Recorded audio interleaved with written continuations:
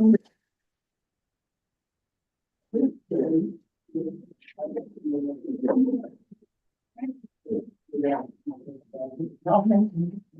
we on? Yeah.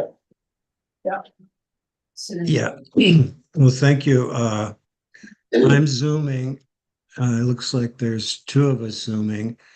It's going to be hard for me to chair, not seeing people's hands raised and so forth. So I'm going to ask Ann to do it.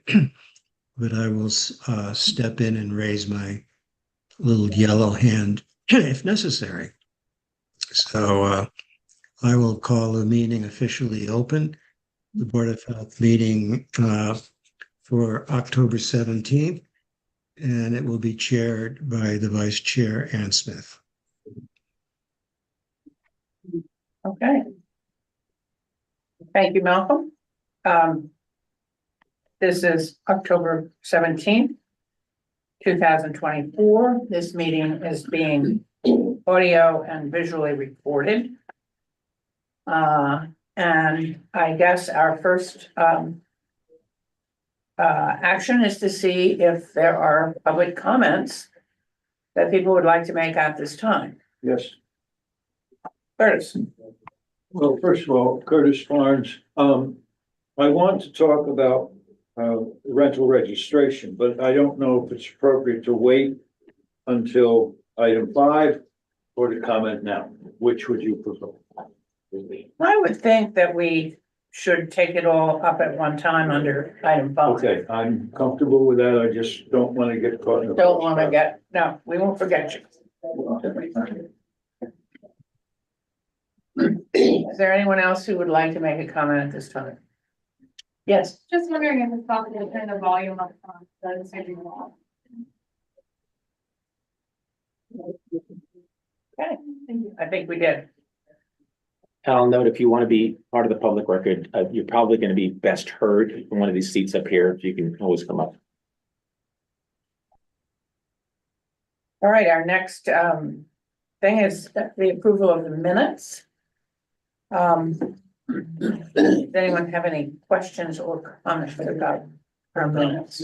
I'll make a movement to accept them. Okay. All in favor? One thing, Do I have to roll call? Okay. if we're on Zoom, you have to do a roll call. Okay. Meredith? Yes. Yes. Chairman says yes. Malcolm? Aye. And Harry? Are we approving both minutes from the 10th and this 19th, or one at a time, or just for both of them?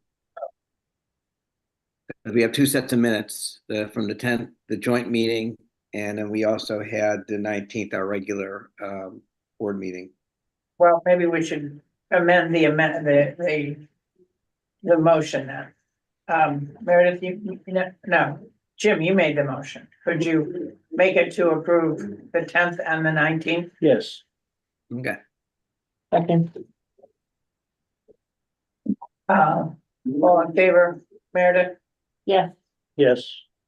Ann says yes. Malcolm? Aye. Carrie? Gary says aye. Okay. Thank you. And you may have somebody on public comment.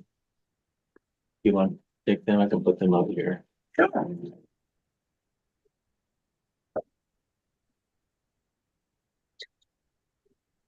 Do we have a? Hi, this is Meg. How are you? Can you hear me okay? We're just trying to turn the volume up a teeny bit more. Thank you. Okay, yeah, I was having issues on my end too. Everybody sounds like they're talking over each other. So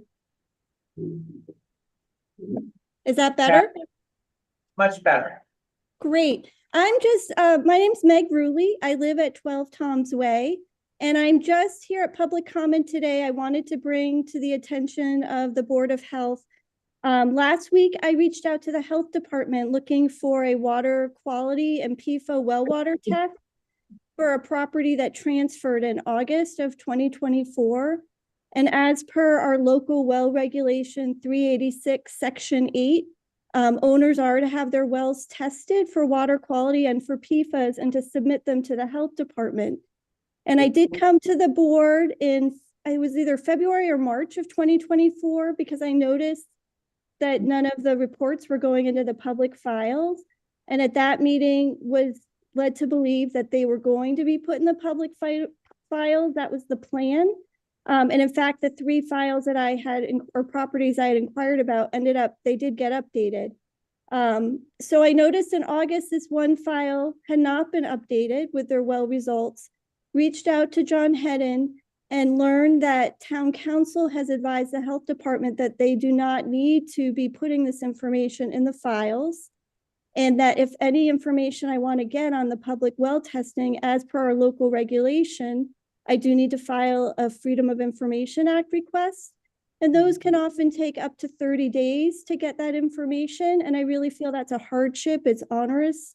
And I just feel that the Board of Health, I wish that they would consider looking at this and making this information readily available in the spirit that it does protect the health of local residents and visitors alike.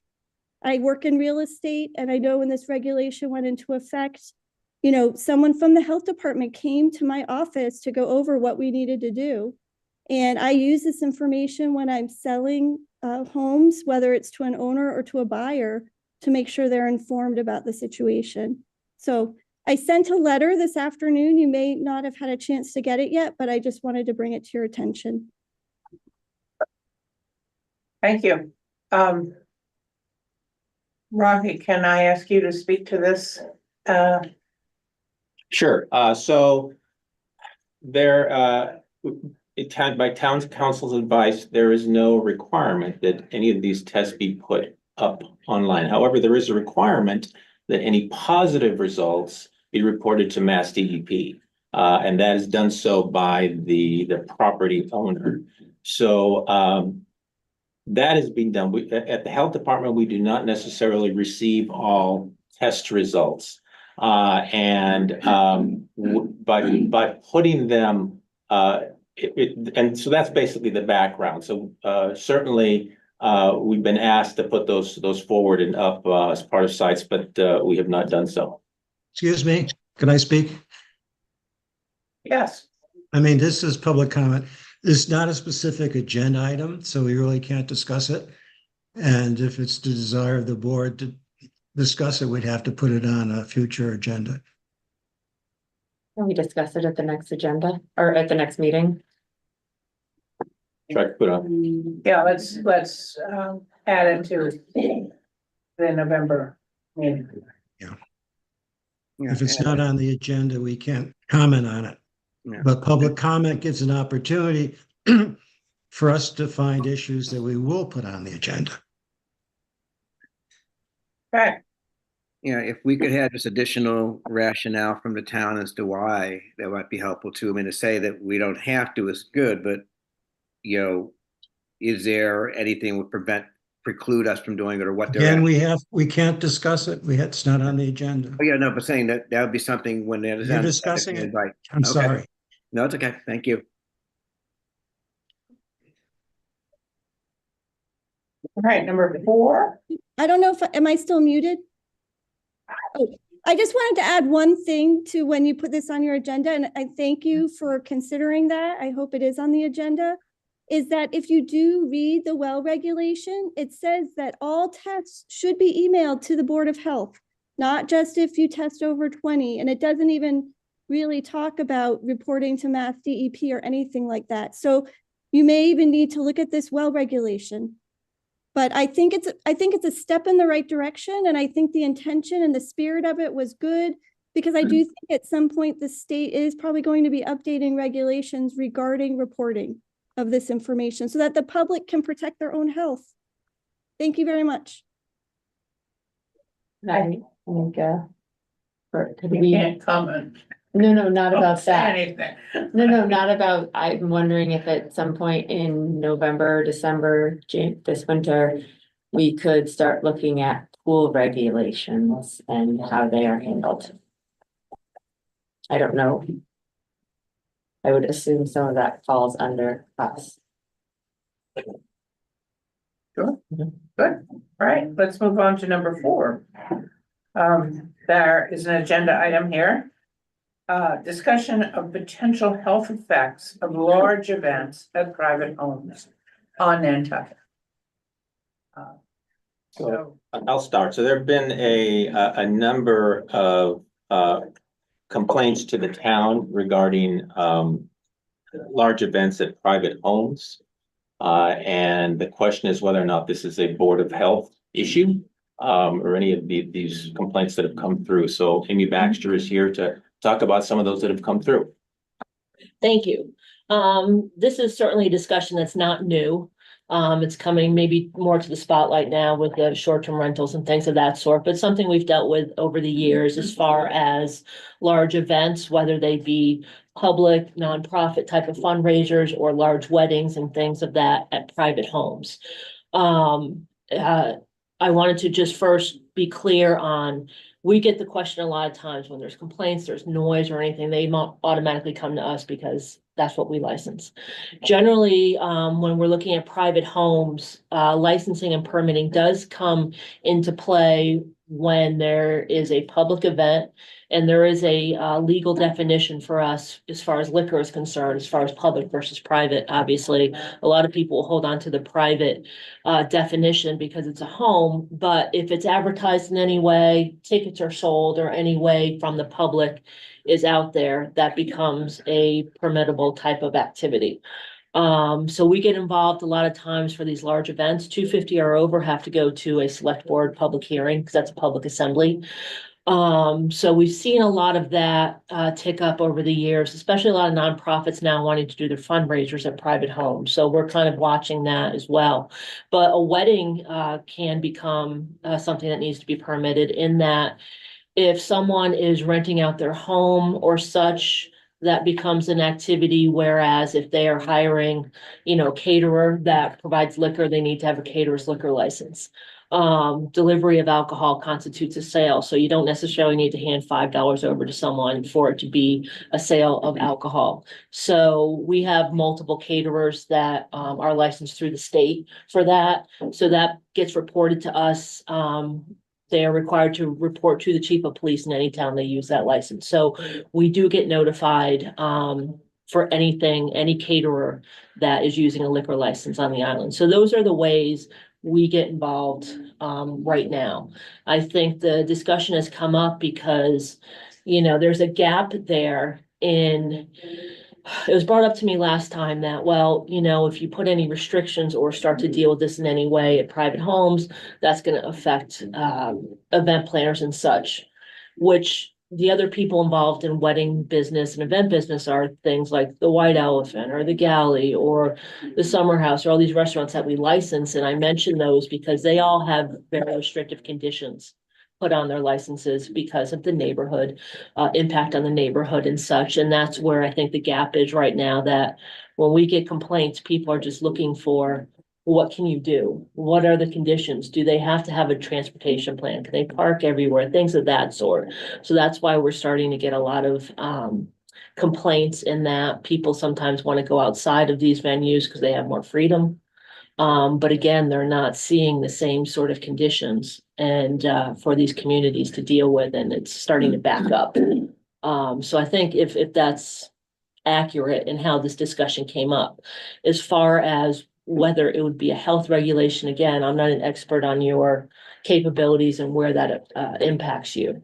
I just wanted to be clear as to where we come in and permit these things. And health gets involved, obviously, on a lot of levels for these things, as far as caterers, if they have multiple caterers or those sorts of things, they have to have temporary food permits. So health is heavily involved in a lot of these events as well, too. So, and I'm not sure from there what we're asking health to do.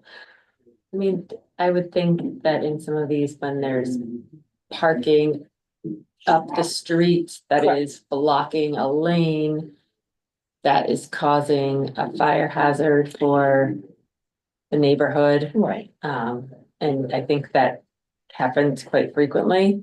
And our streets are not large by any means, Right. I would say, or wide.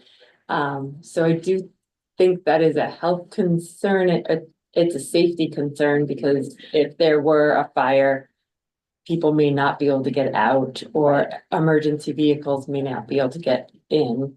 The domino effect in a lot of areas. I think, earlier today, I think town council shared with us via email what Airbnb has put in place as far as large gatherings. And any of you I know who rented, I have with my family and friends' homes. Going in, I can only have 25 people in this house. I can only do this, something like that, as far as trying to put a cap on some of those activities. And the result is if you violate that, you can't rent again, or you're taken off the platform. So he, I think, shared those.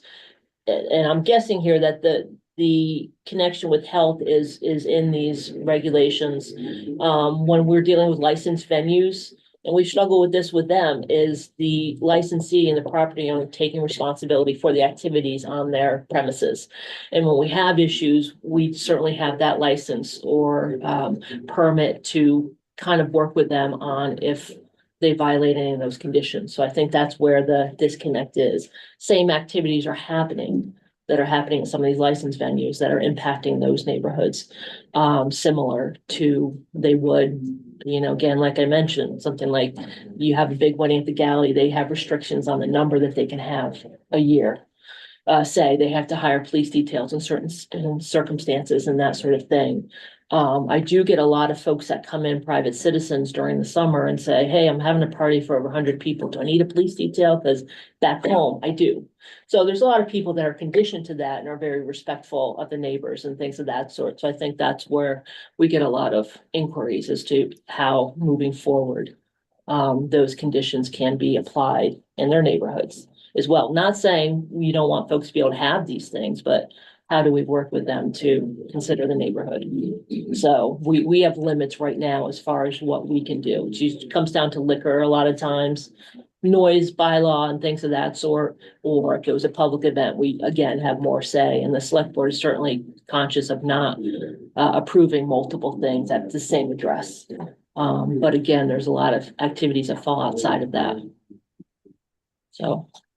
And the other person on the line actually is Town Council Greg Corbo, who, should the Board of Health decide that this is a health issue or has health issues associated with them, how they might be implemented, and any thoughts or regulations around that. So Greg, are you able to unmute?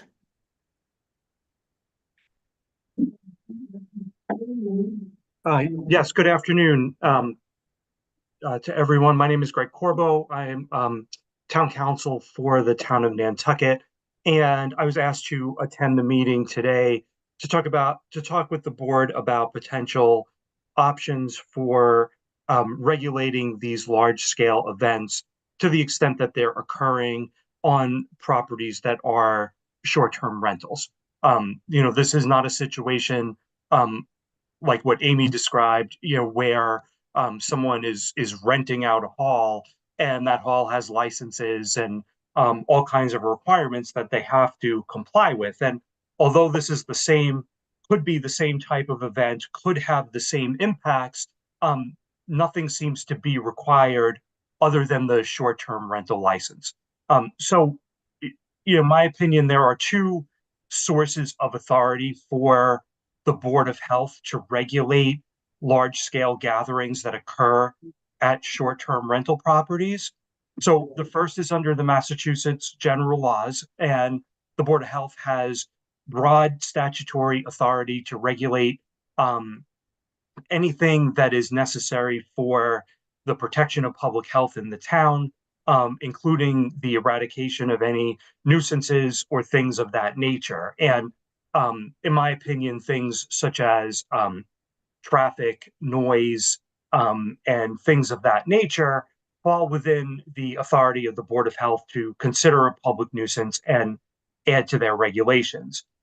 In addition, the town's short-term rental bylaw specifically authorizes the Board of Health to enact regulations to ensure that the operation of short-term rentals do not create or cause a nuisance to the surrounding neighborhood due to unreasonable noise, overburdening of parking areas, or other nuisance conditions. So, one way of getting at this would be to um, add to your short-term rental regulations certain restrictions on large-scale gatherings. And so, some of those things might be um, having, not only an occupancy limit, but, limiting the number of people that can be on the premises at any one time.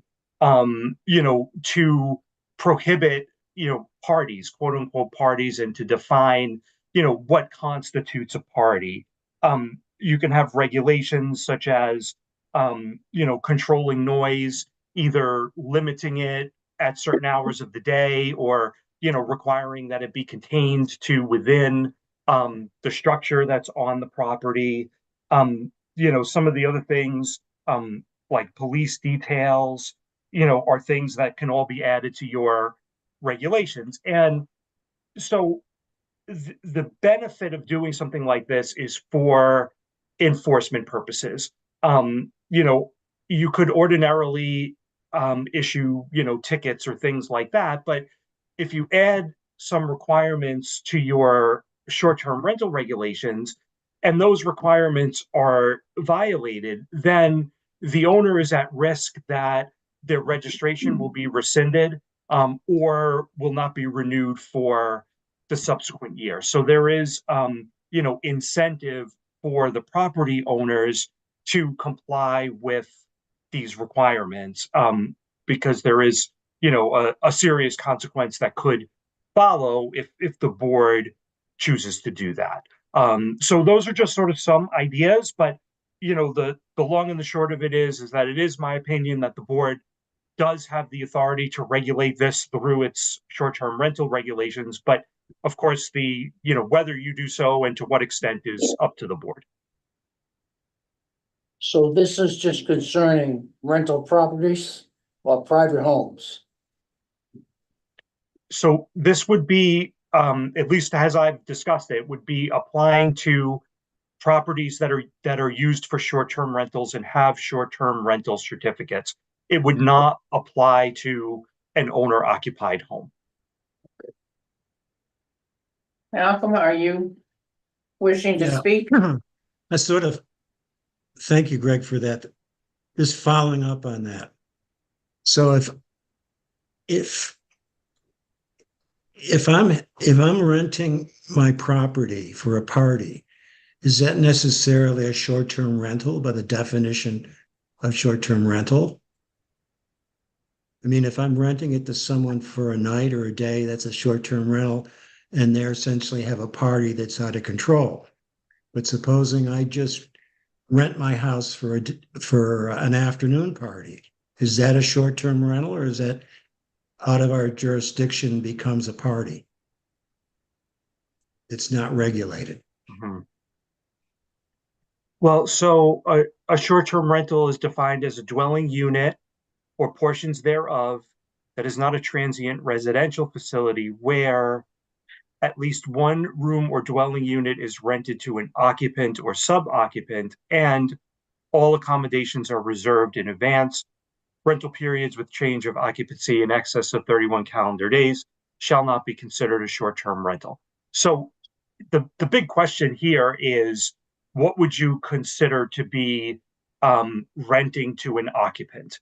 There's nothing in this that necessarily says that the rental has to be overnight. And I think that if you're getting into a situation where you are renting out space for the specific purpose of having a party, I think that turns it more into a function hall. And then we get into, function hall regulations, which, as Amy said earlier, is something that is regulated, as more of an event space. My understanding is that the issue that has come up is that, these properties are put onto websites like Airbnb or VRBO, and they're rented out as short-term rentals, but then in effect they're having these events or parties. And the issue is that these are in residential neighborhoods, and these neighborhoods are not designed or intended to be hosting these extremely large scale events. And you've seen multiple problems with these types of events occurring in residential properties. And so, I think that it would be within the jurisdiction of the Board of Health, to define, what an occupant or occupancy is for purposes of being a short-term rental. And in my opinion, it doesn't necessarily have to include overnight. For me, it's a very complicated issue because I have been to plenty of very large parties and weddings at private homes with a huge tent and lots of cars and lots of everything. And it seems to me that we're singling out one particular category if we're going to get into the business of regulating large-scale parties. We kind of have to do it across the board. That's what I think. We can't just say, well, if you're a short-term rental and you have large party and it's noisy, you are in violation of something or other. But if you have a wedding for 250 people and you're a private homeowner, and I've been to those, it's okay. So I don't know whether we want to even tackle this, whether it is the purview of the Board of Health. Honestly, it would be perhaps the purview because we have been, we have somehow or other taken over the short-term rental registration, which in itself is sort of a question. But I think that there must be many agencies that would be, not the least of which is disturbing the peace and having the Nantucket or the state police involved. So I just think to me, it's a huge conflict, and I'm not sure that it can be sorted out.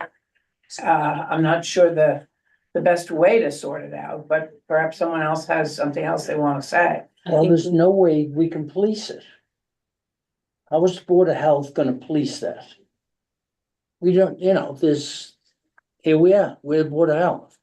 I think we have a. We're sending you, Jim. We have a question. Yeah, sure, May I ask a question through you to council? of course. As I understand it, to get a short-term rental certificate, you have to register with the state, even if you're only renting for less than 14 days. Now, would these people be obliged under these circumstances to have registered with the state and already have procured through you a certificate of registration? So And condition of holding these parties. Mhm. Right. So, the purpose of the state statute is, for tax purposes. And so, they may define what a short-term rental is or what is subject to their short-term rental law differently than the town does, because there are different issues that the town is trying to regulate. And so just because something might not necessarily be a short-term rental for tax purposes doesn't necessarily mean that you can't define it as a short-term rental for purposes of your regulation. And follow up on that, would they have to pay occupancy tax because they are occupying the property?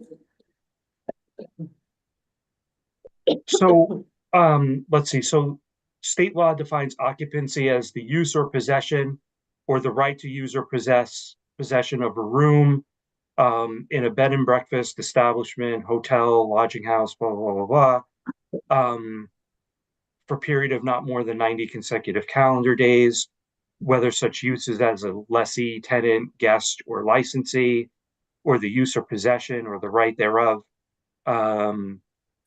in a short-term rental is used for sleeping or living purposes for not more than um, 31 consecutive days, regardless of whether such use or purpose, blah, blah, blah, blah. So, let's see, is it worthy? So it says in a short-term rental normally used for sleeping and living purposes for a period of not more than 31 consecutive days. So again, I think, if you have a house and you're using it as a short-term rental and you decide that you're going to rent it out to someone for a wedding or a large party, that would still be a short-term rental, in my opinion. But, it would be up to the state to decide whether, they want to collect a tax on something like that.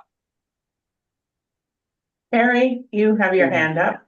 Yeah, I'm kind of guess I'm thinking along the lines of what you said. To me, the issue is large parties.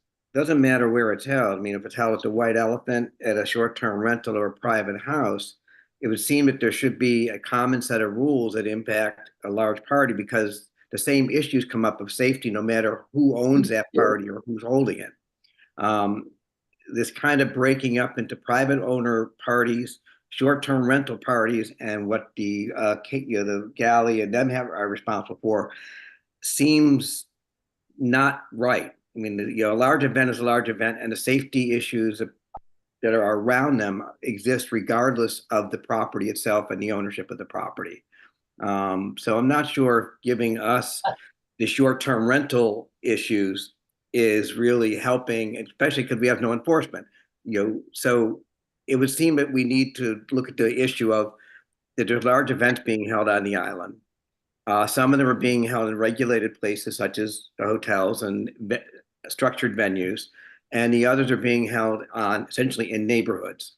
And we need to have a common set of regulations that would apply, I think, across all. And why does White Elephant have to have security, and a party that's larger in someone's yard not have to have security?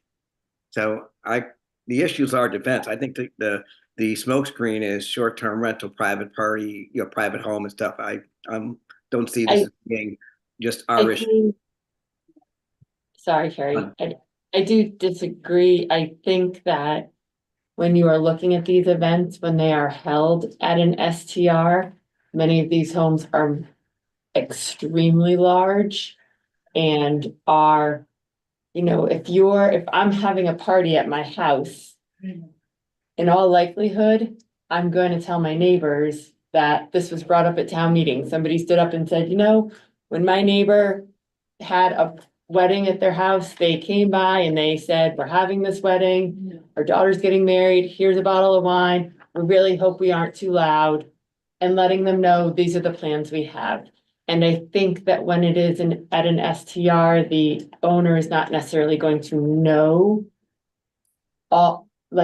the owner may not ever step foot on Nantucket, or it may not be, they're just renting the house. And not all, there are some that are renting their own homes, and there's the gamut, but I think there is a higher likelihood that the neighborhood is not going to be made aware. So I just think it is more likely that there's going to be a ton of noise pollution and sound pollution and parking risks, because somebody's having a party at their home. They're going to want to make sure that their neighbors aren't negatively affected by the road being blocked by cars. Whereas if they aren't even here, I think that's more,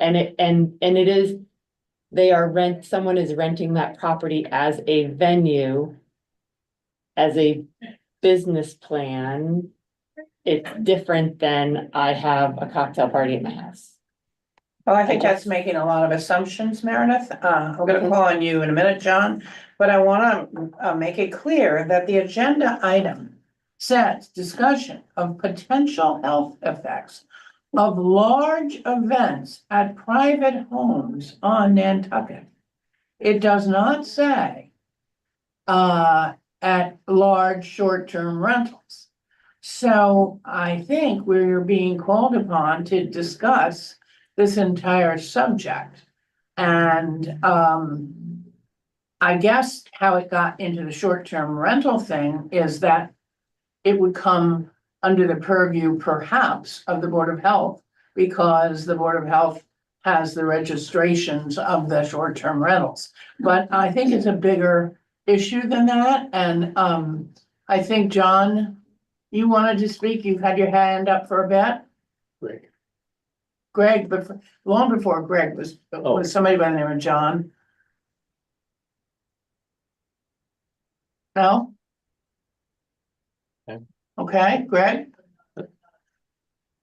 Thank you. So I just wanted to address the point of why only short-term rentals. And, first off, by no means are you limited to only regulating these events at short-term rentals, in my opinion. I mean, in most ways, there is no difference between, somebody who, has a private house that they let their friend have a giant party versus, somebody who is renting it out as a short-term rental. The difference is, from a regulatory standpoint, is in enforcement. And as I said at the beginning, if you have a short-term rental, then you need to have a registration. And if you don't comply with those regulations, you're at risk that your registration is either going to be taken away or not renewed. You don't have that same enforcement mechanism with respect to a private home that is not a short-term rental. As somebody said earlier, the Board of Health does not have its own police force. It can't go in and break up a party. And so, the effectiveness of enforcement of a regulation against someone who doesn't have something you can take away is much harder. It doesn't necessarily mean you can't do it, but sometimes in health circumstances, you do have to sort of pick and choose parts of a problem that you can tackle. So for example, years ago, I was involved when towns were starting to pass public smoking bans, bans on smoking in public places. And I used to hear people come to Board of Health meetings saying, well, you can stop us from smoking, but it's not going to do anything because there's still pollutants from traffic and all these other things. And, what we tried to explain was that, well, as a Board of Health, you don't have to solve every problem. But that doesn't mean that you can't solve any part of a problem. And so, again, I'm not advocating for you to do this one way or another, but it just is sort of the rationale as to why I focused in on short-term rentals versus other types of residential properties. John? I think, can you unmute yourself so you can speak? Oh, hi, yeah, yeah, I'm here to speak, but just give me a minute. I need to mute myself. I have something to do quickly. Okay, well, we're gonna go on to Malcolm McNabb. Is Amy still here? Yes. Yes, When we were talking about this before, you mentioned years ago there was some attempt at regulating noise and parties during the day. I think when we were discussing this, I think we might have brought up, certain homes that were issued a cease and desist. That might have been, I think, part of the discussion. I don't think we did. I've been doing this for maybe 11, 12 years. I don't think we had any specific regulation. We did have circumstances where a home or two were issued a cease and desist because they were operating specifically as event facilities and advertising as such. But, and that comes from Plus or from building, if they determine that to be a violation of accessory use or something of that sort. So I think that's where the discussion was. But I don't believe we ever tackled any specific regulation. I think it came up as more of a discussion as a code of conduct that was consistent with what we applied to an actual facility in other parts of the island as well. So if that's my memory serves me correctly So on that. in the past, Plus has come down on people holding parties. In the recent episode, they haven't, I guess. Yeah, I think it was a determination, if I may, determination based on the number of events and consistency that house had years ago. It's no longer operating, but it was a determination because it was quite frequent, and I think went Okay. beyond just, yeah. I'll let other people speak and then I'll wait to the end to conclude. And there's someone over here. My name is Jacques Sabiki. I live on Wara Lane. To answering one part of Malcolm's question, it was the three houses in Tom Nevers that Yes. were rent, which brought into the to three houses in Tom Nevers got together and rented out as a wedding venue, disturbed the whole neighborhood, and they did that serially week after week after week with not really a great manager that would shut everybody up. And the town just got so many complaints. It ended up going to court. And then whether your properties were contiguous or not became an issue, et cetera. What happened is they limited it to 3 events per property per year. But if you're contiguous, you can add another 3. I used to own the big house in Wara Lane. We had lots of weddings there, and we had lots of family reunions, things like that. And definitely parking and noise are always a problem. The noise ordinance in town of Nantucket works pretty well.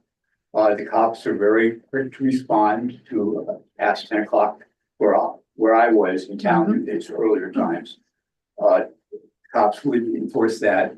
They were pretty good about asking people about their liquor licenses and surveying, stuff like that. So that's sort of getting enforced. The town is always notified when there's a tent, because you have to pull a tent. Correct. And so we already have things in line that will help. One of the problems is just when you're talking about short-term rentals is that renting the house out, my place is a big place, but renting any house out, if a bunch of kids come by and happen to decide to have a party, you'll have 500 kids there, and then the cops obviously show up and break up the parties and stuff like that. But it's pretty tough to regulate, but it seems to work in a lot of cases. Yeah, may I respond? May I respond? Yeah. Yeah, and absolutely, that was one location, and I've certainly been in a lot of those meetings with attorneys in those situations. Kids are gonna be kids. I think this is more of concerns of people operating as a business and why do they have conditions and all these other businesses do. So when that comes up, for sure. So the kids, Yeah. And the tent thing, I do, that is under the building and they do monitor that. So, and when someone puts up a tent, I believe it's a limit of 3 events, maximum 9 days. I'm not specific on that, but they monitor that. So a private property couldn't have, 20 tents in a year. But maybe it's big enough that they can have other events that don't have the tent, but the tent thing can limit certain things, certainly, and the building keeps track of that. Yeah, and just a couple add-ons there is that if you're looking at ways to sort of maybe solve the noise problem a little bit more and stuff like that, you have to have on-site managers. Yeah, I used to live next door and I'd be over there saying, yeah, you gotta be quiet. But in our contracts, we would specify that noise at weddings, like bands and stuff like that, would have to stop playing at 9 in the evening. Yeah. For 10 o'clock, shutting down the party. And that in most cases worked. I occasionally had to go over and tell some people to be quiet, but it worked. But it really came down to management stuff, because when someone would come to me about having a wedding, we talk about parking, and it's not so great parking back here, and how are you gonna do it, and give them all the options. So that's it. Yeah, responsible ownership. Yeah. Correct. Does anyone else want to speak? Malcolm, correct me if I need to be doing something differently, but I feel like we've heard a lot of concerns. It's clear there are concerns. It's unclear as to exactly how this should be regulated, whether it should be regulated, and if so, by whom. And it's also unclear to me exactly what the health risks are. And I feel very strongly, as the vice chair of the Board of Health, that the Board of Health should enter into things where there is strictly a risk to the health of the citizens of Nantucket. If it is disturbing the peace or something like that, that is unpleasant, but it's maybe not a health risk. So I'd like to suggest that we study this a little further, that we look into exactly what the health risks might be to see if there's something that we can do about it. And to have a further discussion in the future. Does that sound okay? Yeah, I think we could study this forever, and we're just probably going to go around in circles. Yeah, I agree with almost everything that was said here. I mean, this is a health risk, but should this be a Board of Health issue? Should this be a building issue? Should this be a select board issue? You know what it is? It's an island issue. And what's happened is it's kind of fallen in between the cracks of all the various organizations dealing with it. So what I would suggest is that I'll talk to the chair of the select board and see if we can do something more globally for the island, if at all.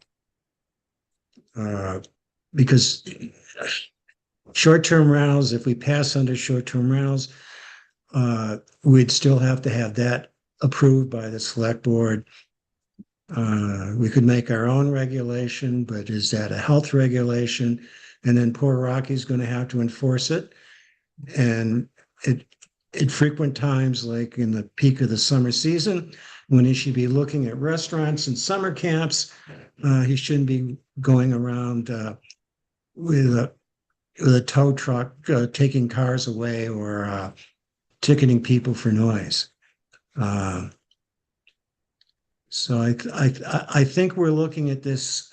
We need to have a more cross-functional Nantucket solution, in my opinion. So if it's all right with the rest of the board, I'll talk to some other people in the town and bring this back when I get a sense of where we can go as a town. How does that sound? Sorry, with With me. me. Yeah, it's fine. Okay. Thank you. Thank you, Amy. I think we can go on to number And five. Amy, I want to Go on. thank you because it's your vacation. Thank you. Yeah, yeah, no, thank you very much. We'll continue on. And Greg, thank you too. It's, you know, as soon as you talk about short-term rentals, it just turns into a endless circle of what if, what about this, what about that? But anyways, thank you all. For the public out there, I think this is an island-wide issue. It has noise issues, police issues, zoning issues, health issues, and we have to find a way to fix it. Well, this sort of segues into number 5, which is policy proposal of short-term rental registrations, 2020. This, to me, we have a revision or a clarification, really, here in front of us of what was really meant, and a lot of it had to do with the dates and when the registration fee had to be paid and all of that kind of thing. And it's pretty, to me, it's pretty simple and straightforward here. But I know Curtis had something that he wanted to bring up, and perhaps there are other people as well. Okay. Am I up? You are. Okay, thank you. I'm Curtis Barnes, and I've been in the rental business for 40 years and seen it grow here, as my friend Mr. Cooper has. Last night, the chairman of the Board of Health said at the select meeting that the Board of Health should not be regulating short-term rentals. I want to call to your attention the fact that in both Yarmouth and Barnstable, short-term rentals are under the purview of the Board of Health. So absent someplace else to go, you got it, I guess. However, I also want to make an observation about the fee structure that you've imposed. Because I owned a house in West Yarmouth for 10 years, registered as a short-term rental. And the rental registration fee was $85 a year. The short-term rentals were handled by one staff member or clerk in the health department. And then there was a field inspector who could go out as required. You had to have an initial inspection, but subsequent inspections were subject to the Board of Health determination and maybe happened every 3 years. So in Yarmouth, $85 a year. In Barnstable, the fee to register is $95 a year. And I bring that to your attention because I am very concerned about what I consider to be an arbitrary decision by this board a while ago to set a $250 fee. And Mr. Giorgio has reminded us that a fee that you set cannot exceed the actual cost of providing the service. You've got to justify that fee, or and I am suggesting that at the end of a year, we'll ask for a review of how you got to 50, how did you spend the 250? Why was it 250? I think it was excessive. I think it was a quick toss off at the meeting that you voted, and I recommend that you reconsider that fee for the reasons I've just stated. Thank you.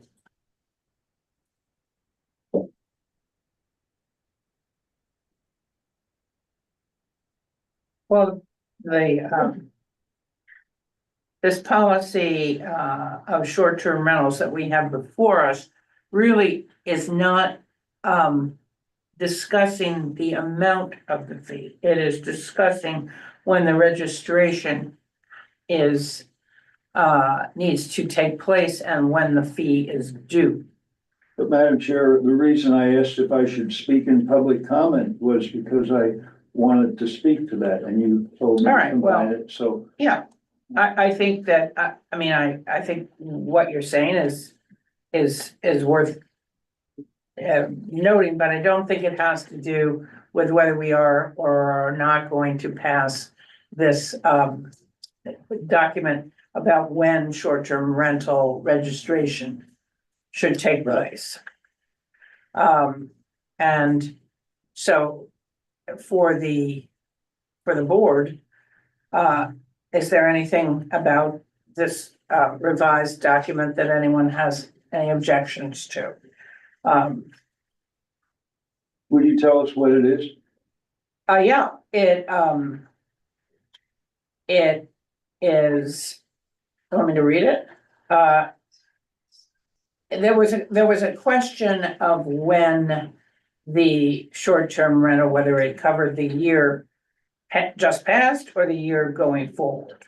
And so this says any operator of a short-term rental who submitted an application for a certificate of registration in the calendar year 2024 and who paid the registration fee are not required to renew their registration of the short-term rental on November 24th and not required to pay a new registration fee for calendar year 2025. They may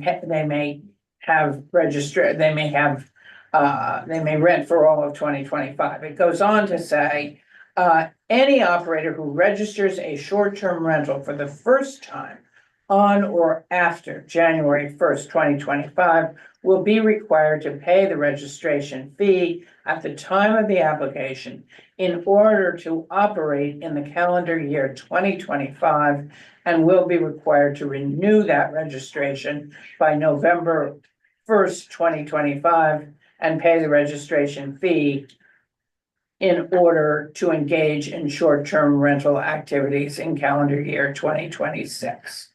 So it's clarifying when you register and when your money is due, basically. So basically, if you want to rent in 25, you can go in and get the thing in 24, pay for it in 24, it allows you to rent for 25. But if you want to do it and you don't start until January, when you get the permit, you just pay the thing for 25. And then when you get down, if you're gonna go next year and it gets to be whatever the date is, November October, 1st, then you pay it again register for the again and next you- year. So Right. it's just staggers the first year is all it's doing. Right. Yep, I would just like to ask a question because I think this is a really sensible way to do this. I'd just like to ask a question, whether the other qualifications for renewal of a license will be in place in terms of, people following all the rules and that sort of thing prior to an automatic renewal.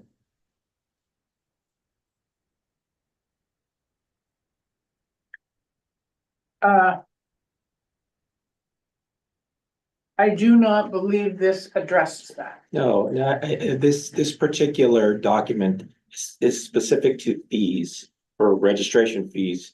And it's saying that anything in 2020 collected in 2024 is going to be good for the 2025 season. And then you have until November 1st of 25 to pay for 26. And it was based on feedback that came from this board as well as the select board and others in the community. And it's based on some updates that were provided by town staff earlier in the year, suggesting that 24 was going to be kind of a wrap up year. And so going forward, I guess my question would be, you're setting November 1st. That's the date. As the date that's in the regulation. Okay, and then January 1st of obviously the enactment next week. Well, that's going to be based it discusses 25 as if you have a brand new short-term rental that's Right. not already part of 24, then that is going to, of course, that's going to be for 25, but you're also going to have to pay by November, re-register again by I November. said this is 1st. mostly about fees and Yes. they're paid. Yes. Yeah, it does not state any having to do with terms of anything like that. So what I'd like to, for the board to, ask for a motion to approve this particular thing about the dates that. As written, As written. I'll make a motion to approve it as written. Second, Okay. We have to poll everybody. Jim, You, oh, yeah, all in favor. yes, yes, for me. Meredith, yes. Carrie, Yes. Malcolm, Yes, Ann says yes. Okay, unanimously approved these dates and times. May I ask one more question? Yeah. It just has to do with the status of applications. I understand that the period for next year is closing on November 1st. And I was just wondering if the town is going to get any kind of update about how many applications have been received and how many are approved and when that will happen. So that happened a few weeks ago at select board. I don't have an updated number, but it's something that we plan to continue to monitor and provide updates to this board and to select board. Would that information be available for like our November meeting? Sure. I think that's Not trying to pressure. no, you, I just- that's just a matter of making sure that we have the number right with the contractor that's working on the project. Awesome. Number 6 is the update on the 2024 recreational camp variances. So there was a number of variances that were requested last year associated with camps, and Heather Nardoni is on the line now. And Heather, do you need me to? Can you share your screen? Hi, yes, that would be awesome if you can. Actually, if you should be able to do if you have your slides up. The issue is I am on my phone. Let me see if I can pull it up here. I could probably pull them up. If not, too, I can have them up on my side. And if you just have the presentation up, we can. do it that way as well.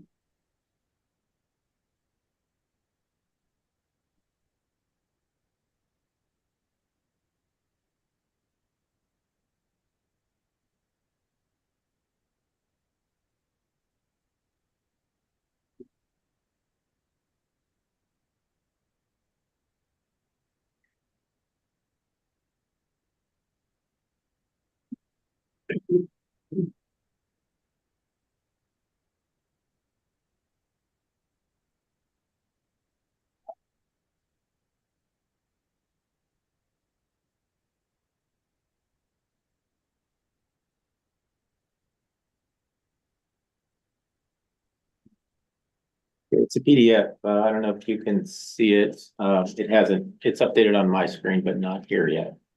Okay, if you have it up on your screen so people can follow along in the room, I'll just pull it up on my screen and then it's fine. If you're okay with that. Oh, it looks like it's working. Okay, great. Hold on a second. I don't have the right screen up here.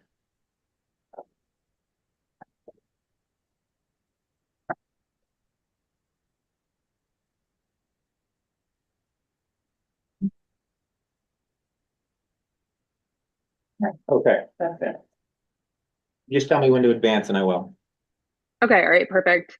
So I'm Heather Nardoni, I'm a health inspector. As you know, last year we were kind of going back and forth for a while for camps, and we definitely wanted to get on board with streamlining this process and getting more people on the same page. So I hope that this brings some clarity to some of the variances that were recurring last year. And yeah, if anyone has any questions while we go along or at the end, I and whoever is here can happily help. So next slide.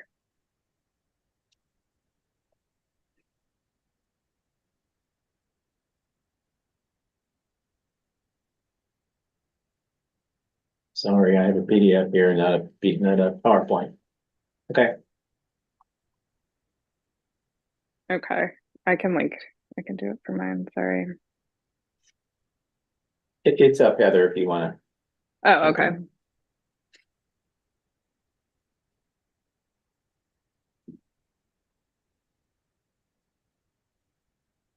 Yeah, I'm not seeing it from the shared screen. I'm sorry. So I'm just going to do it from my screen.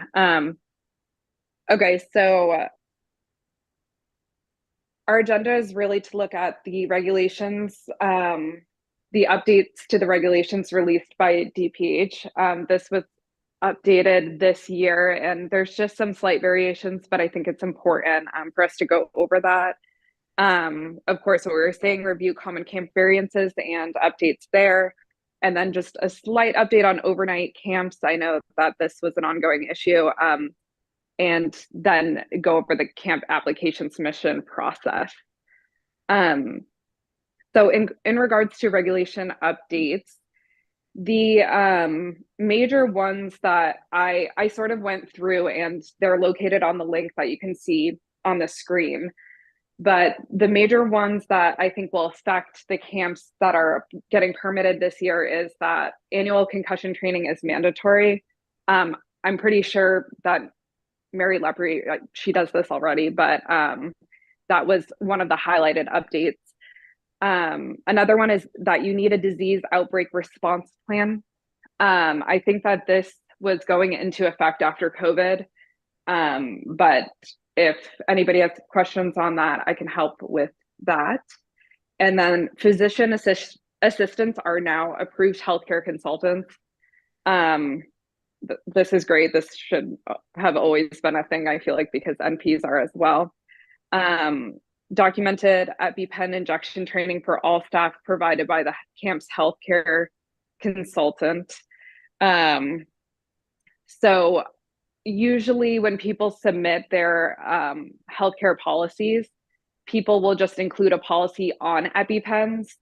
But now there has to actually be a training as well. So for camps with healthcare consultants, it might be a good idea to have them do this when they're doing their concussion training. So it's just one big training on everything. So it's just my suggestion. And then lastly, this is mostly for our sailing camps, a written boating safety plan. So we had a lot of discussions last year regarding lifeguarding, which the state was pretty strict that there has to be a lifeguards. But people are a lot of the camps made really good points.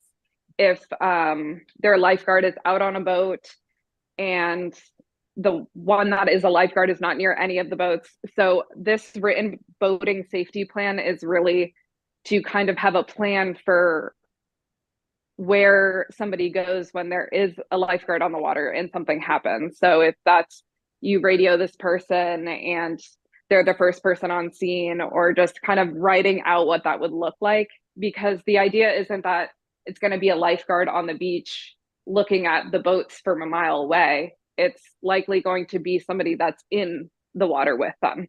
But we can kind of go into more details with that.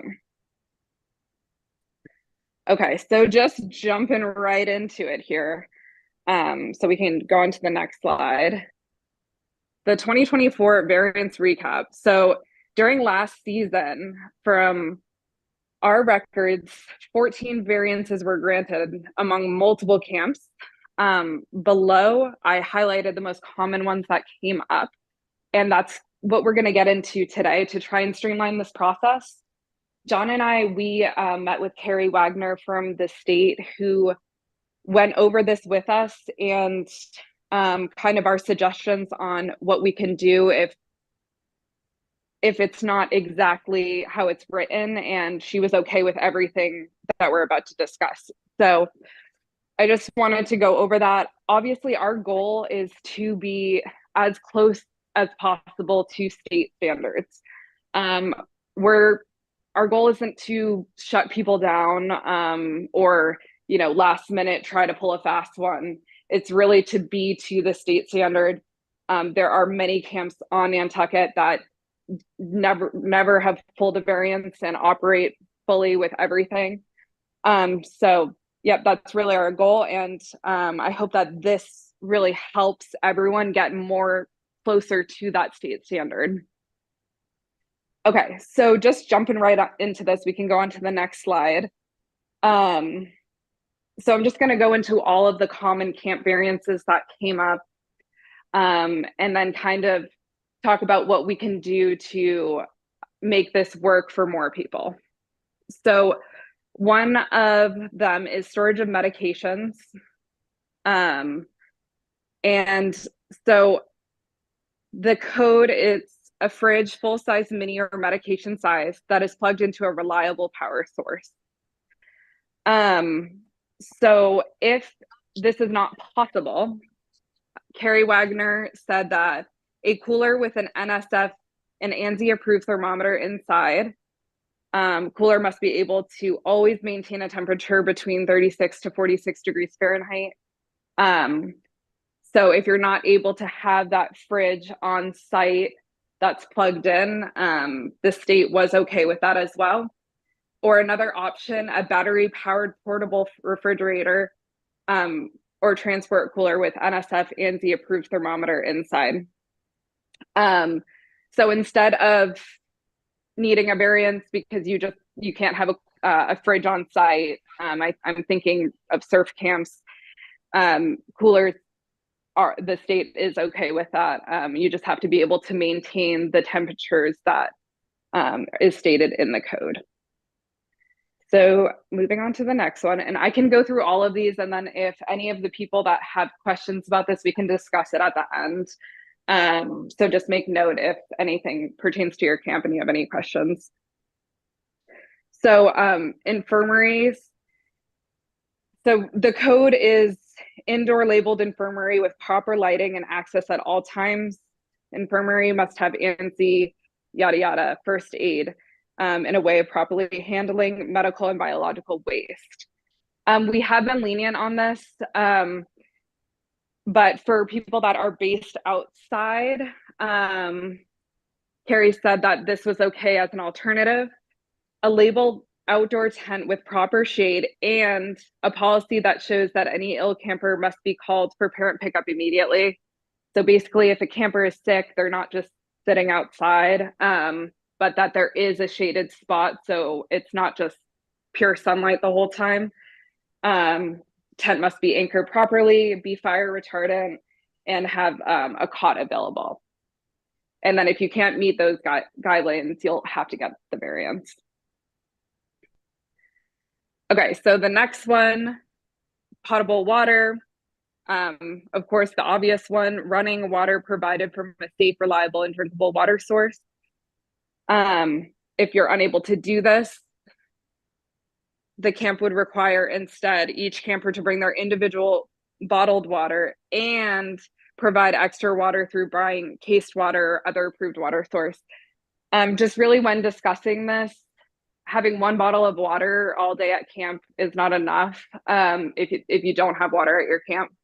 So if we could rely on the company themselves to provide cased water as well as backup and make sure that they always have a lot of water available, that would be great. And then moving on, we're almost done with the story.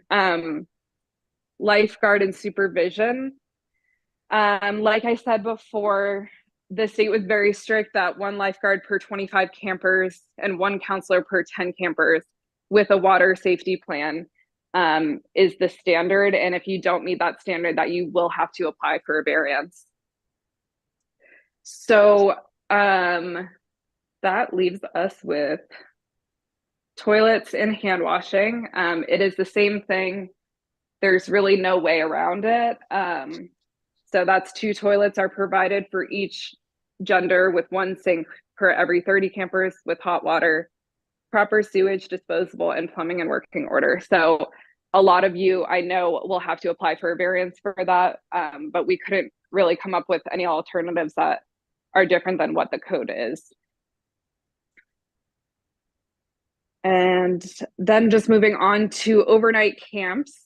So this really only goes to St. Kitty. I know that a representative is there today. I don't think it's Dave, and I'm not there, but I know that they are in the process of building something. They have a permit, and they're set to be done by 2025. But these are just the overall guidelines for that. I know that there was a discussion too last year regarding ages and making sure that we're not putting, 8th graders with 17-year-olds and just being able to break that up. But I think with them building this space that they will be able to do that. If they want to speak on that, I don't know who's here or have any questions regarding that. But I know that I spoke to Dave before this and he said that they will be complete with the building by summer 2025. And then lastly, so camp submissions should be fully complete. So I know that asking a lot of camps to put in binders beforehand, it was different. But this allows the actual inspection to not be 3 or 4 hours. So if you could really make sure that your binder is together with everything when you turn it in, because we're not piecemealing everything, I won't be able to accept things unless they have all the documents. So just, if you have questions about things, I'm always here to answer. But I just really, the second that you turn in that binder, it has to be the finished product. So yeah, the summary and the conclusion is our hope is that with this information, camps are able to apply for less variances. We know that a lot of camps will still have to apply for variances, but it's not this long laundry list, and we're actually getting closer to meeting the state standards. So if anybody has any questions, I am here. I'm just gonna recuse myself because I work with a bunch of the camps. Okay. I have a question. I'll go sit over here. Do I need to say my name? Yes, please. My name's Gavin Norton. I own Axe Surf School and one of the camps that was, Can you speak? yep, my camp was licensed last year through the Board of Health. I had my inspection. All the variances that were just talked about were variances that I was given.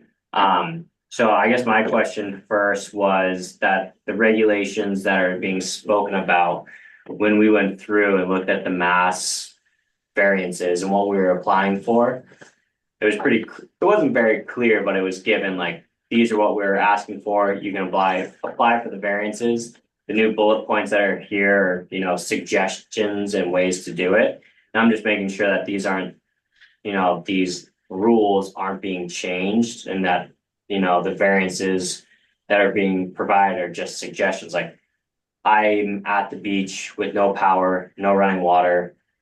My landlord's the town of Nantucket. I don't have access to run a fridge, a mini fridge, a cooler. I mean, NSF, you know, I can have that in a cooler and try and keep it cold, but again, I'm at the beach, I'm in the sun. It's something that I can't guarantee. And is it something that if the medication isn't there, I don't need to be providing the cooler? To run a cooler all day long on a generator, you know, we're talking about trying not to pollute and run a generator, noise pollution. Now I have to have a generator at We the are beach. talking about a generator. How else So would is you that your keep? question? Well, no, I'm just saying, how would you keep it a cooler cold for? I mean, we're there for 10, 11 hours a day. Yeah, but your camps, correct me if I'm wrong, Gavin, but your camps only run 3 or 4 hours, correct? Yeah, but do I have to keep medication there cool all day? Just during the camp. Your But- camps, it has to be cool during the time that your camps are in camp hours. So, I mean, I don't know. I'm not a cooler expert by any means. But I'm pretty sure that there are amazing coolers out there, like Yeti coolers. There's probably a bunch that you can put a thermometer inside and make sure that it stays cold. And you could probably test it and see if it stays between 36 and 46 degrees. And I mean, I think that's a very good alternative to having a fridge. Okay, so it can be just a cooler, because you said NSF and NSF coolers that you have to buy for. I'm not saying it said an NSF thermometer. Okay, but then it can just be in a cooler, but if you don't have medication available, you don't have to be keeping this cooler there just in case, because everyone fills out all their forms beforehand. So if they're saying they're not bringing medication, I don't need to have this cooler ready, correct? It still has to be there according to state code. Yes, it does. Okay. Can I ask a question? You said case water, and I'm pretty sure that bottled water, small bottles of water are banned on the island. Am I correct? I don't You know can that I- get the just water cases from Stop and Shop. They like the boxed water. Sorry. So those contain PFAS, so I just would be cautious about encouraging people to buy boxed water that has PFAS in it, and I wonder if having like a cool, like they could have like one of those big jug, like a big, does that count, like a big jug of water? Like a cooler. Sorry. You know, like they have it at sporting events. For athletes, like a jug of water does that, so I just think like we're asking people to buy things that have PFAS or buy things that we've banned on the island, and I don't need an answer right now, I just don't know what the best option is. I mean, sorry. Yeah, go ahead. My service is going in and out here. I just had a quick question / comment. This is Gary Coner from Nantucket Island Surf School. I know you'd said that potentially water bottles, the student bringing their own water bottles would be sufficient, but you said, you know, you felt that in a camp situation wouldn't be enough, but in my camp, it's a maximum of 3 hours. And then most of what I do is 1 hour, one-on-one private lessons. So I also just had a quick question about that, because I know in the spring when we met, there was a definition that a camp is like private lessons would constitute a camp, but it just seems like such a far fried from a camp when you have a 1 hour lesson where the parents are on the beach, watching their kids take a surfing lesson. I mean, it seems like I understand with a 3 hour camp that would be different, but like a 1 hour private lesson, the need for storing medication, the need for all these things and the kids are not being like mixed. I'm not like mixing different kids from different families. So is that definition, like, was that like someone's interpretation of a definition of the camp, or is that a hard and fast definition that 1 hour private lessons, if you did 5 in a day, becomes a camp? Because by the definition of 1 hour private lesson, it's so different than what a camp is. And I understand as far as the health concerns, when you do have a group of kids for an extended period of time and they're away from their parents, but in the lesson situation, like the parents are almost always there on the beach watching them take the surfing lessons. So I just got a quick question on that. And then the bottle, if they're bringing their own bottle of water for 3 hours, would that be potentially enough? Okay, so two things there. So we're kind of going back to our conversation last year. And I just want to make sure that we're just kind of staying on track and moving in a forward motion. That is state code. The group lessons are state code. We discussed this with the state multiple times. Unfortunately, it is a camp. We can't change that. If your definition is a camp by state code, you do have to follow camp regulations. Private lessons, not group lessons. They're private lessons one-on-one with the person. So is that the same thing as you just said? So right now we're just talking about things that qualify as camps. I know. So I'm just wondering, is a private lesson one-on-one with a person considered a camp? No. Well, see this in the spring, you told me that if we did 5 private lessons in a day, that was coming under the guideline of a camp. And I'm just. No, I was talking about for any lesson that has 5 or more. Because most of what I do, like my surf camp is very small. It's like literally maybe I have 5 kids a week for a few, not even the whole summer, but most of what I do is private one-on-one lessons with kids when their parents are on the beach watching. And that is the majority of what I do. So I just want to, and then I was under the impression this spring in the meeting that if I did 5 private lessons in a day, I qualified as a surf camp. So my feeling here is that. That's correct. Yep. Sorry, just jumping in, but yes. Yeah. My feeling here is that this is just a initial attempt to try to rectify some of the issues that we were all facing last spring. But it looks to me, because everybody is doing something a little different, that we may, with these new suggestions, still have to go one by one at a time. So, and I don't think tonight is the time to do it, but there are a bunch of people who are on Zoom that want to be recognized. So Carrie, I think you had your hand up the longest. Thank you. I think going back, so the issue that you were talking about the 5 consecutive lessons, at least last year we talked about that, and according to the understanding that even other individual lessons, the cumulative total during the course of a day turned it into a camp. We came over 5, and that I would think that maybe if we haven't need to design that question so that the state can clearly answer it, because there might be some confusion as to where the number 5 comes from. No, sorry. And then the other thing, in terms of the cooler, I mean, there are solar powered generated coolers now too. So I think, Heather, you pointed out there really are a lot more options than there used to be. There's high quality coolers, and there are also the alternative energy type of refrigeration units that are also available. So I think there's more options there than there used to be able to address that safely. Okay, I'm done. Can I just make one comment? Yeah. I was just gonna say, like, as far as I think the cooler is fine, and I think that would, like Heather was saying, like a good igloo, fancy coolers, they could keep it cold enough, but in the 25 years that I've done this, I've literally never had to have anyone's medication.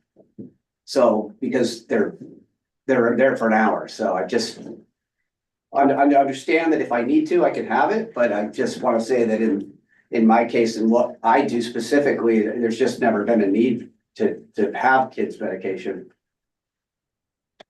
Can I ask one more question too, just quickly? Yeah, except I just don't think tonight's the night to be adjudicating everybody's Yeah. issues. These are just some new suggestions that you guys can all take home and think about a little bit and see And I if get it that, could work like, for you. and I get that's like, that's what we're trying to do, but last year we did this in May. It's October. This meeting was supposed to be in September. So like, we're on pace to get back to that point, and like, we can't wait months to know if we have our business. So like, I was hoping that in September, October, I was getting my submitted for 2025. I have all my paperwork ready. So these things are coming out, which I understand these are regulations. But one of the things that stands out is the infirmary. I have to have a cot, I have to have a tent, I have to have it labeled. The town of Nantucket lifeguards don't have any of those things. So why, like, holding me to that standard? I'm on a lifeguard beach, so is Gary. If I have a kid that's hurt, I bring it to a medical professional. That should be an infirmary, no? If that's a town of Nantucket provided service to be a lifeguard, they're trained, just like him and I are, we both have the same certifications. So if I bring it to them, and these are the people that have direct access to 911, and they don't have to be to the same standard as us, are they gonna have to transport people to us if we're being held to a higher standard? If I have a big tent that says infirmary, someone gets hurt on the beach, they're coming to me. When someone's drowning on the beach, if they don't see the lifeguards, they go to us. So if I have to put up an infirmary and every 5-year-old that steps on a shell that needs a Band-Aid, I'm now in charge of that. We have to buy the medical equipment that's extremely expensive. And as soon as we open it, it's a $700 med pack. As soon as that's open, it's now for the next year. I have to have a new one that's sealed in case, because if I have my inspection, I open it, it's like, well, it's open, like, what's going on with this? So like, every year we have to do that. So if I have a big tent that now I'm gonna have to make sure it's set up every day and in the shade correctly in my leased area, and it says infirmary all over it, you know, I'm being held to a standard that I can't provide, because I can't provide to 1,500 people at No Deer every Band-Aid ice pack, jellyfish sting or something that happens. So it's just, I know that this is something for a later date, but for me, it's not. Like, I was hoping to have this for 2025. And I mean, we're trying to follow the rules where there's a lot of people that aren't. So like, I'm just trying to make sure, like, I know that these are variances and things that can all be granted, but they can also not be granted. It says it right below it, like, we don't have to be granted these.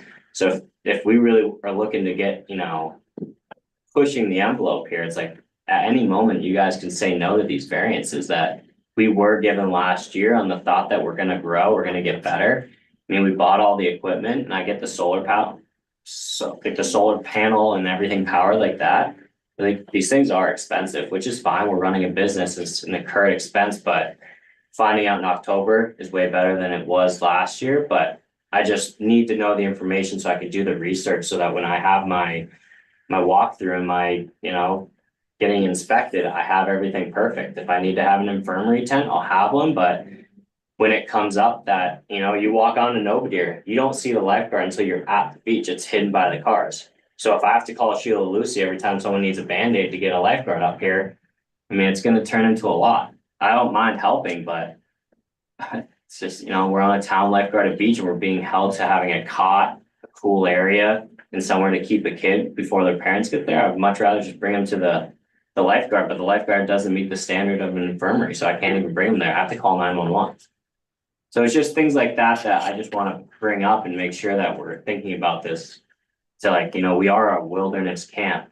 Like, that's what we are under the mass regulations. Like, we're not a survival, but we're like a whatever. We're not a normal camp. We're at the beach. So I do get it. I mean, safety is our key, what we're here for, but I just want to make sure that it's all kind of out in the open, that we're being held to a higher standard than town and Nantucket lifeguards. Well, I hear Madam you. Vice Chair, can I chime in? it is October, and so we're a lot way ahead of Yeah. where we were last year. Which I So I appreciate. think we'll get there. Heather? Is Hi, that you? yeah, that's me. Sorry, if my Wi-Fi is a little spotty out here.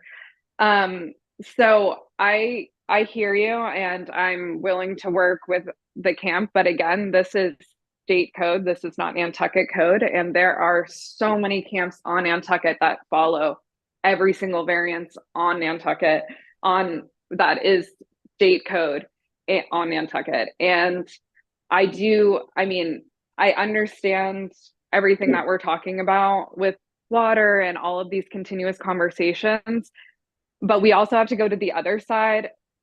There are a bunch of people that have fridges that aren't used. And same with water. It's like, if we hold camps to a certain standard and they have to do it, we have to have everyone on the same playing field. So this is kind of what that is about. I agree, and I think that this needs to be a bigger conversation, and I do want to work closer with each camp when we get off this call because they are so different.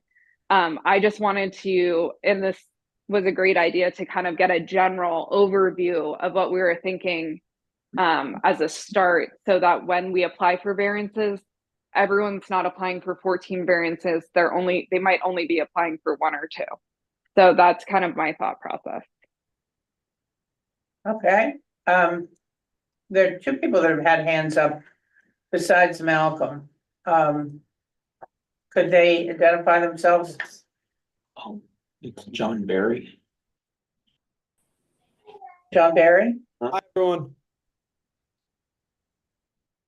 Hello? Can you hear me? Yeah? Hi, my name's John Beery. I own Next Level Water Sports. Sorry, couldn't make it in person today. But yeah, I just wanted to start by saying, like, Heather, thank you for going through this. I know the consideration over this has been taken very seriously. And I know you guys are eager to work with us. So kind of to follow up on Gavin's point, like the big thing for me, we obtained our variances last year, and we had a great camp session this year. We had no incidents, we had no problems. Everything went off smoothly, and we appreciated the guidance of the health department. So kind of in looking forward, like Gavin touched on it, first and foremost is timeline. So like I was hoping to apply, because what ends up happening for Gavin, like for all of us, is that we can't conduct our business because we're in this mystery spot where we don't have a license, we can't go to market. And it impacts our livelihood and our ability to staff appropriately, really do everything. So in terms of timeline, like my hope is to apply at the November Board of Health meeting. So this next upcoming meeting, I'd like to apply, and I just want to make sure that would work for the health department and the Board of Health, because that sets me up for success for this season. So I just want to make sure we can nip it in the bud and put this in the rear view, and it's feasible to do by the next meeting. Does that seem reasonable to everyone? Hi, John. So you can apply at any time. Yeah, so if you wanted to apply, but usually people don't apply for camps until a little bit before the season. But I understand what you're saying with being in limbo zone. So I would definitely come up with a list of variances that you will need based on this discussion and apply when you're ready. Yeah, nobody is holding anyone from applying. You can apply at any time. I don't mean it like that. I was just saying, if you want more guidance before your application goes in so you can apply for less variances, then that seems like that might be a little bit of a good move. But nobody is holding anyone from applications. All right. So Heather, that's perfect, because I know the intention here that you guys are looking at is actually streamlining it for us. So I know this is coming from a good intention. So that is great to hear. And then I guess that ties directly into kind of my second question. is that like we applied for 14 variances last year. We were granted 14 variances, and like materially, some of the things that you presented, such as like concussion training, like we were already doing that. That was already part of the regs. Like EpiPen training, our health inspector did that training with everyone. That was mandatory. So kind of our exact structure worked for last year. And I guess we can talk about it coming up, but like some of this does present, like we operate off of motorboats. So we do not have an ability, like the lifeguard certification we believe in. We have one person, like and the 1 to 25 ratio, we have a lifeguard. But like just certain things like that. So kind of materially and substantively, I don't really see any changes to our variance submission. I guess Heather, like, should we just talk about it offline, and in between now and November, we can go through what you see as feasible and what needs to be changed? What I'm getting at is like, do you see us getting denied, or any big shifts in what we submitted from last year? Because for me, largely, we want to do the exact same thing. It was wildly successful. We taught kids water sports and how to be safe on boats. It worked really well. We want to roll it forward. And from a like medication perspective, medical storage perspective, like everything we did worked well. I guess, do you see any substantive changes to what we submitted from last year? And Shifts. Yes, Malcolm. I suggest that if there are individual camps and individual questions, they talk to Heather and we move on. I think this was great. I agree, but Malcolm, I think they all need to know that they can talk to Heather, but at the end of the day, it's the Board of Health that will allow the variance or not. So I think we need absolutely, but if there's for that. specific questions and get to us as soon as possible. What I'm hearing is that everybody wants us to address this earlier, and I think we can commit to doing that. I think we should do that, but I think individual discussion should be done with Heather first, and then if there's a variance, to the Board of Health. Right. Not in this forum tonight. Okay. Good. That sounds great. Thank you.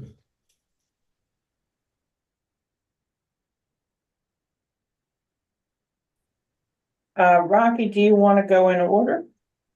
Or do you want to do some of the? He went to the variances. I think they might go a little. Hmm? You want to go to the variances? I was just wondering. It's up to you, Madam Chair. Malcolm, what do you think? The next one is the Board of Health comments on the CBA for Surfside Crossing. Yeah, we need to discuss it. I mean, it's interesting. The ZBA has asked the town for comments, and the town then asked the health department for comments. And the ZBA also asked the Board of Health for comments. I think we should combine those comments at some point. So I would just as soon get on with that, whatever you want. You're in charge tonight. There are a bunch of people here, I think, that are representing some of the other certain addresses and stuff. So I was wondering. Fine. I suggest we go to that and they can go home and have dinner. That's what I was thinking. So can we jump to number 8, which is 26 Creek Lane? And John Eden is on, so I'll let him present that from the town. Hey everyone, I hope everyone can see me from my hotel room here in Mystic, Connecticut. Outlet, are we up? Is it Mr. Blackwell? Is it the Creek Lane one? Is that one first? Sorry, I don't have the. Yeah, Creek Lane is first, John. So I don't know if the applicant wants to speak first and we can comment. Sure. Madam Chair. Jeff Blackwell for the owner, Judy B. Judy is contemplating selling a property, and as part of that sale, because property is in the Nantucket Harbor Watershed District, there's an automatic requirement to upgrade the septic system to enhanced IA treatment. So we have prepared a IA septic system upgrade. And, we are looking for requesting the usual variances that are granted routinely by the Board of Health for setback requirements to property lines and in between primary and reserve trenches.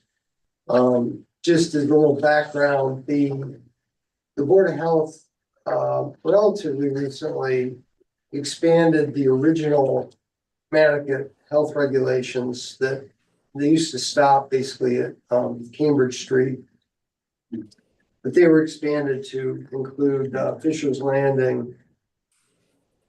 Those regulations were developed in the early 70s, basically as a break to the development of Fisher's Landing and the oddly shaped lots and intensity that was associated with Tristram's Landing.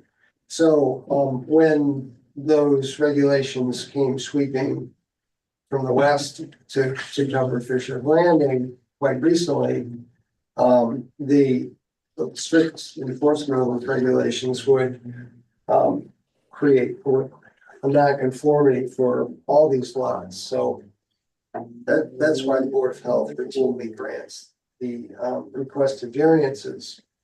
The other element to this is we would like to have permission to install a 4-bedroom system. And in 2015, the Board of Health adopted a policy for Fisher's Landing that used the lot size to grant the number of bedrooms for a property. Any property that had 12,000 square feet or more was allowed to have 4 bedrooms.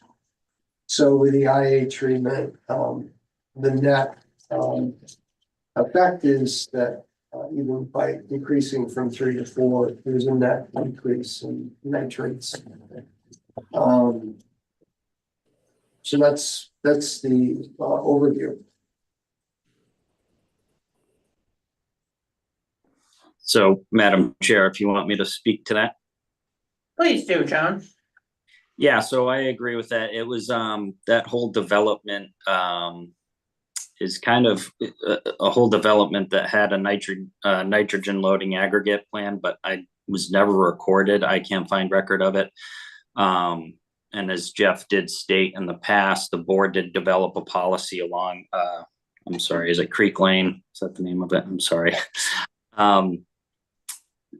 As he said, lots over 10,000 were 3 bedrooms, and lots over 12,000 were allowed 4 bedrooms. So based on previous approvals from the board along this road and my knowledge of the development, I don't see an issue with this.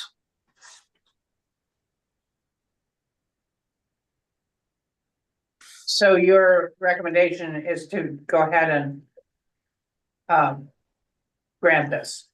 Yeah, so it would be limited. I think the lot's 18,000 square feet. So, but it would be limited to 4 bedrooms, and of course with a nitrogen reducing system as required in Nantucket anyways. So it would meet all those requirements. Okay, any comments about this? Harry? Yeah, it might just be a clarification, because John mentioned the aggregate. When I was reading the stuff, does aggregate play into this at all? In this particular total, I was looking through all the emails back from earlier, and yeah, and like you said, you can't really find a reference to the plan. So, is aggregate the concept of aggregate even an issue here?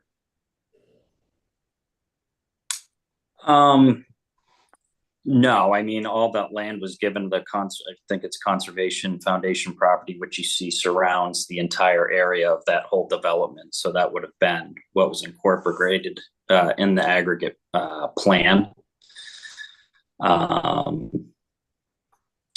Yeah, and as you know, the knowledge I have is just that, which was pointed out, you know, the board has approved this situation on Creek Lane. Okay, because yeah, the one thing that stuck out in one of the emails was that if the aggregate plays in, that it has to abut the property. And is that, again, it seems like everything is being pulled back into the property lines on this particular design, as opposed to outside where the existing leach fields are. So I'm assuming that is better. I'm sorry, can you try and? Well, look at the design, the drawing. So the old leach fields were outside of the property lines. The proposed leaching fields would be within the existing property lines. Yeah, that's, yeah, if any on their property, of course. Yeah, Yeah, that's preferred. Yeah. Okay. I just wanted to kind of sort out the aggregate issue and also just, you know, if abutting is an issue, but it's not in this case. Okay. Yeah, and you know, unfortunately, the problem is, you know, the lack of record that I can find for an aggregate program for the development. So, yeah. Okay, no, thank you. Okay, I think we're ready to vote. I just have a quick question, Oh. sorry. Yeah. Does that apply just for Creek Lane or is that all of Fisher's Landing, that policy? I can only comment to Creek Lane at this moment. Okay.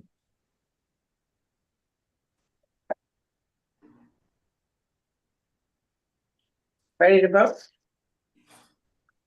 Can I have a motion about this?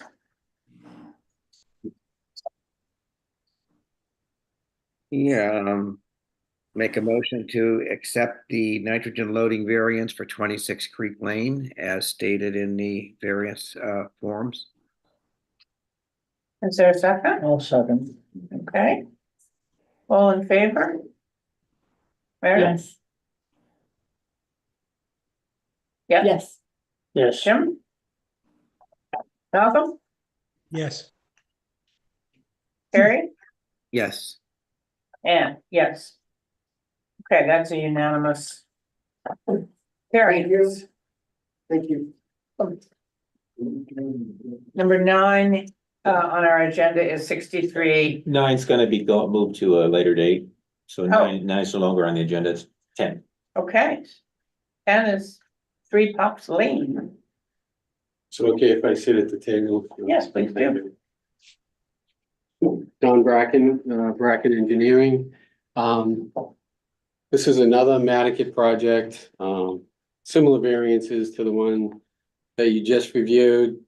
This is not a typical Nantucket lot, and I say that because of the size of it. It's 68,829 square feet. It's about an acre and a half. So the project consists of, well, first of all, on the property right now is an existing house and garage with a 5-bedroom septic system that was installed in 1993, so it's a pre-1995 system. The applicants would like to raise the existing building and construct a new dwelling, guest house, and a garage. The proposal is to go from a 5-bedroom design to a 6-bedroom design. So, as you know, every project in Nantucket requires an IEA system for any new construction or transfer of property. But this property actually meets the 1-bedroom per 10,000 square foot requirement in Nantucket. So under, most, under normal situations, in nitrogen sensitive areas, an IEA would not be required because we meet the nitrogen loading requirements based on lot area, but obviously because it's in Nantucket, we're including the nitrogen reduction system. So where the existing leaching pit is on the south end of the property, far away from Hither Creek, already well outside the 300-foot setback required for Hither Creek. That existing leaching pit is only a foot or two off of the existing lot line where it is.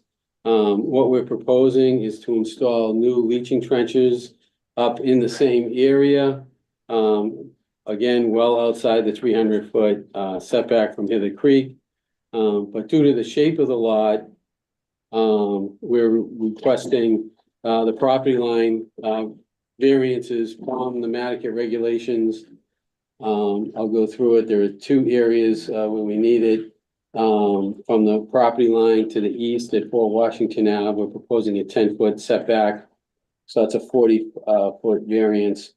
And then, across the Pops Lane, the roadway adjacent to where the system is going, we need a 9-foot variance to that because it's measured to the opposite side of the road.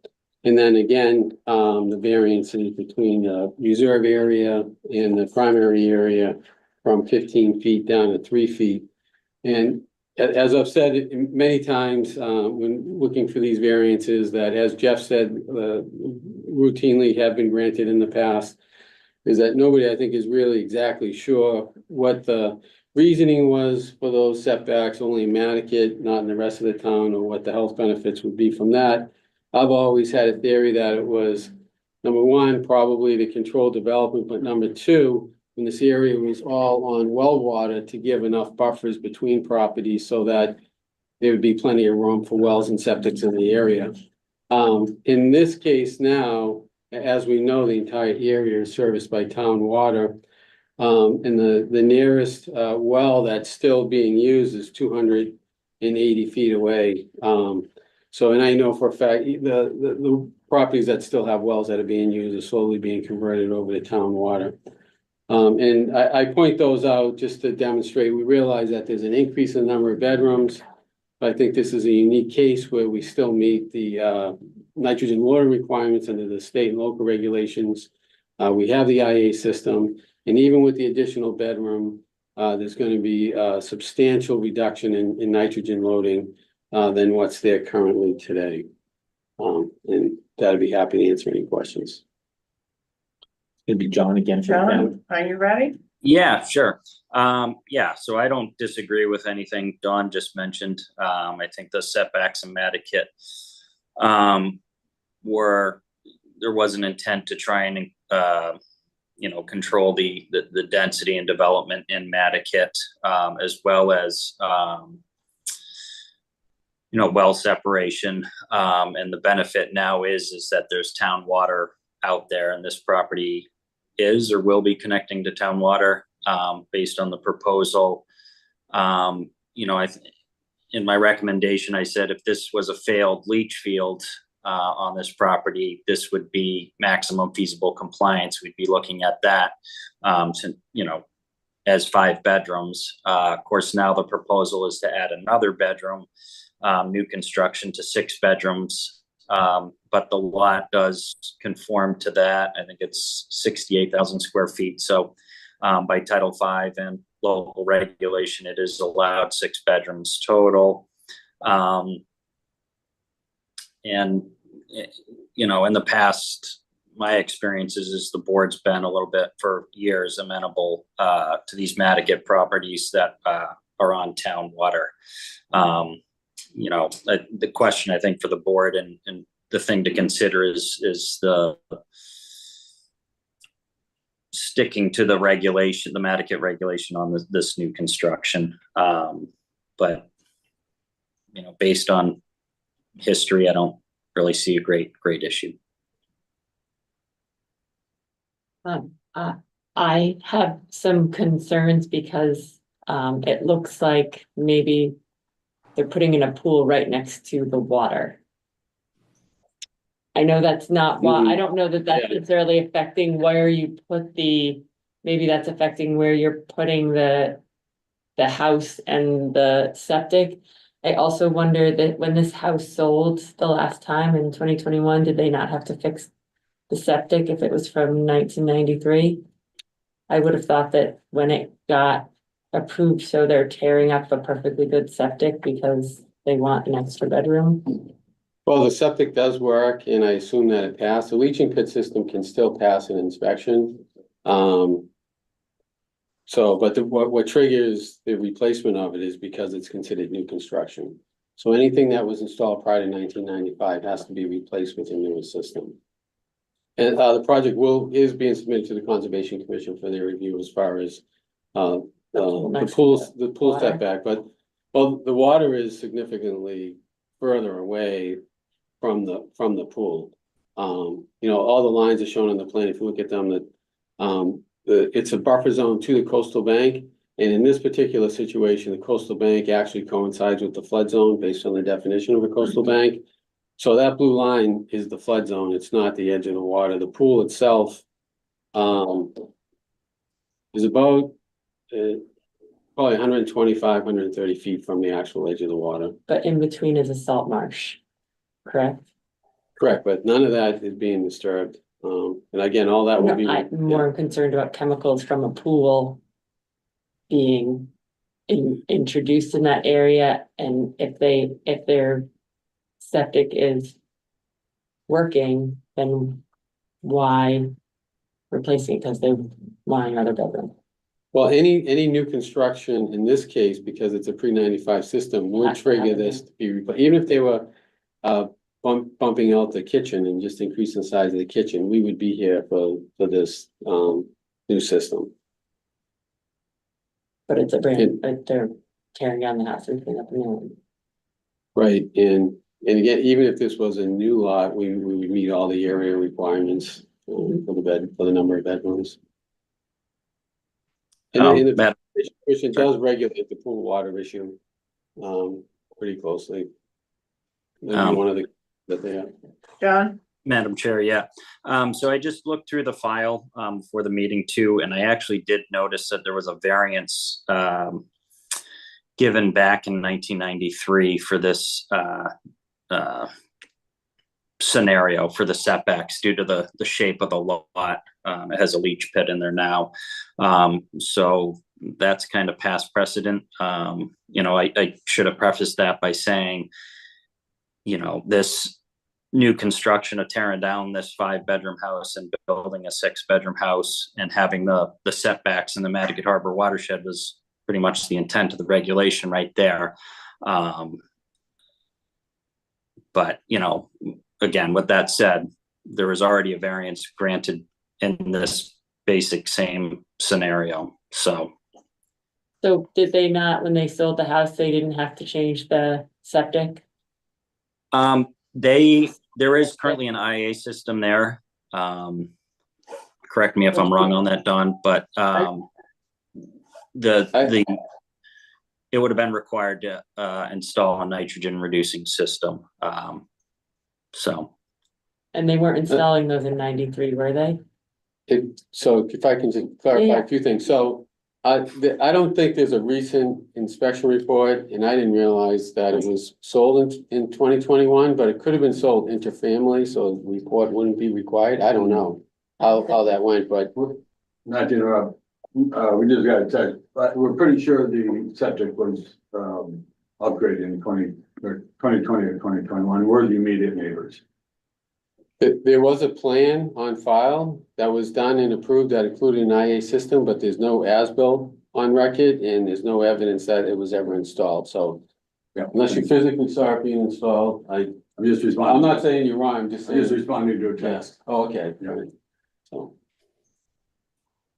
I guess I would just like to get some clarification if it was sold just 3 years ago and the septic, like what the septic report was then, if we're because of where it is in a very sensitive area that I don't know if that's like, could this be continued till next month, or I don't know how the rest of the board feels.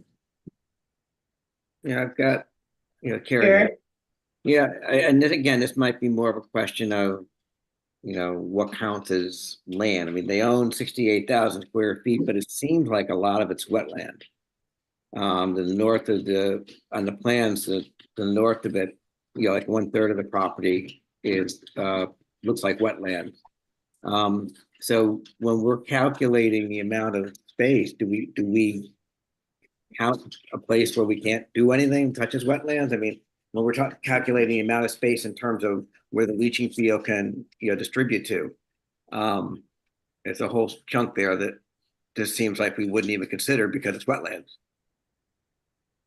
Can I answer that? Yeah. And hopefully, in mine, it's an ignorant question, but I just really want to get clarification on these type of issues. I think it's a good question, and actually it comes back to in Title V, we're talking about aggregation plans. In the aggregation plan section, it says what you can include for land area for nitrogen loading. And areas you can't include are land underwater. So when we show the land area on the plan, we show it's to the mean high water line. So, and typically that's how it's been done. As far as I know, on all the projects we've done and the other projects I've seen. But we have no problem, continuing it. We still have to go to the Conservation Commission. If you need more time to get a little back history of it, we'll have to, I think that, 45-day clock, we'll have to grant you an extension, which we'd be happy to do.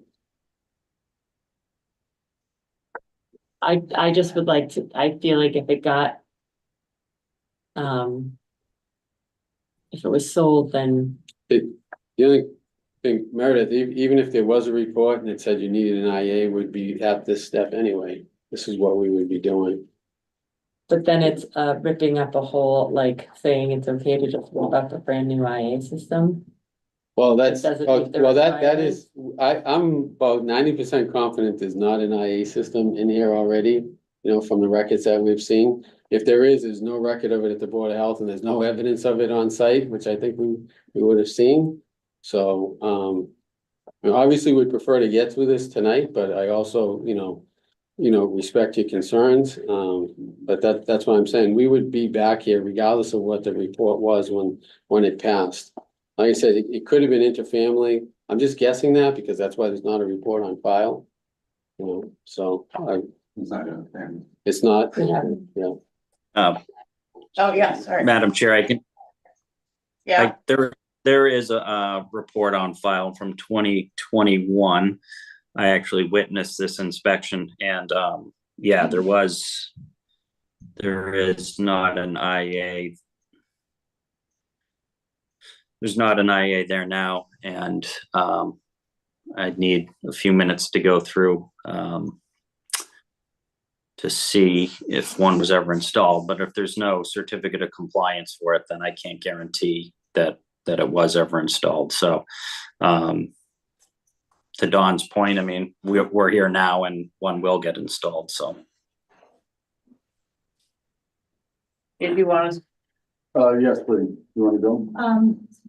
I'm Sarah Hendrickson. This is my husband, John Hendrickson, and we are right across Pops Lane from this, from 3 Pops Lane. And just by way of background, we were in town as a family for 20 years and moved to Nantucket about 10 years ago. And this entire sort of enclave in Pops Lane, at the moment it's 4 main houses. Paul Moran, who couldn't be here tonight, is right behind inland from the 3 Pops Lane property. And the Moran family owned much of the houses around Pops Lane and even further out towards Millie's Bridge. And it's a very peaceful, historic community.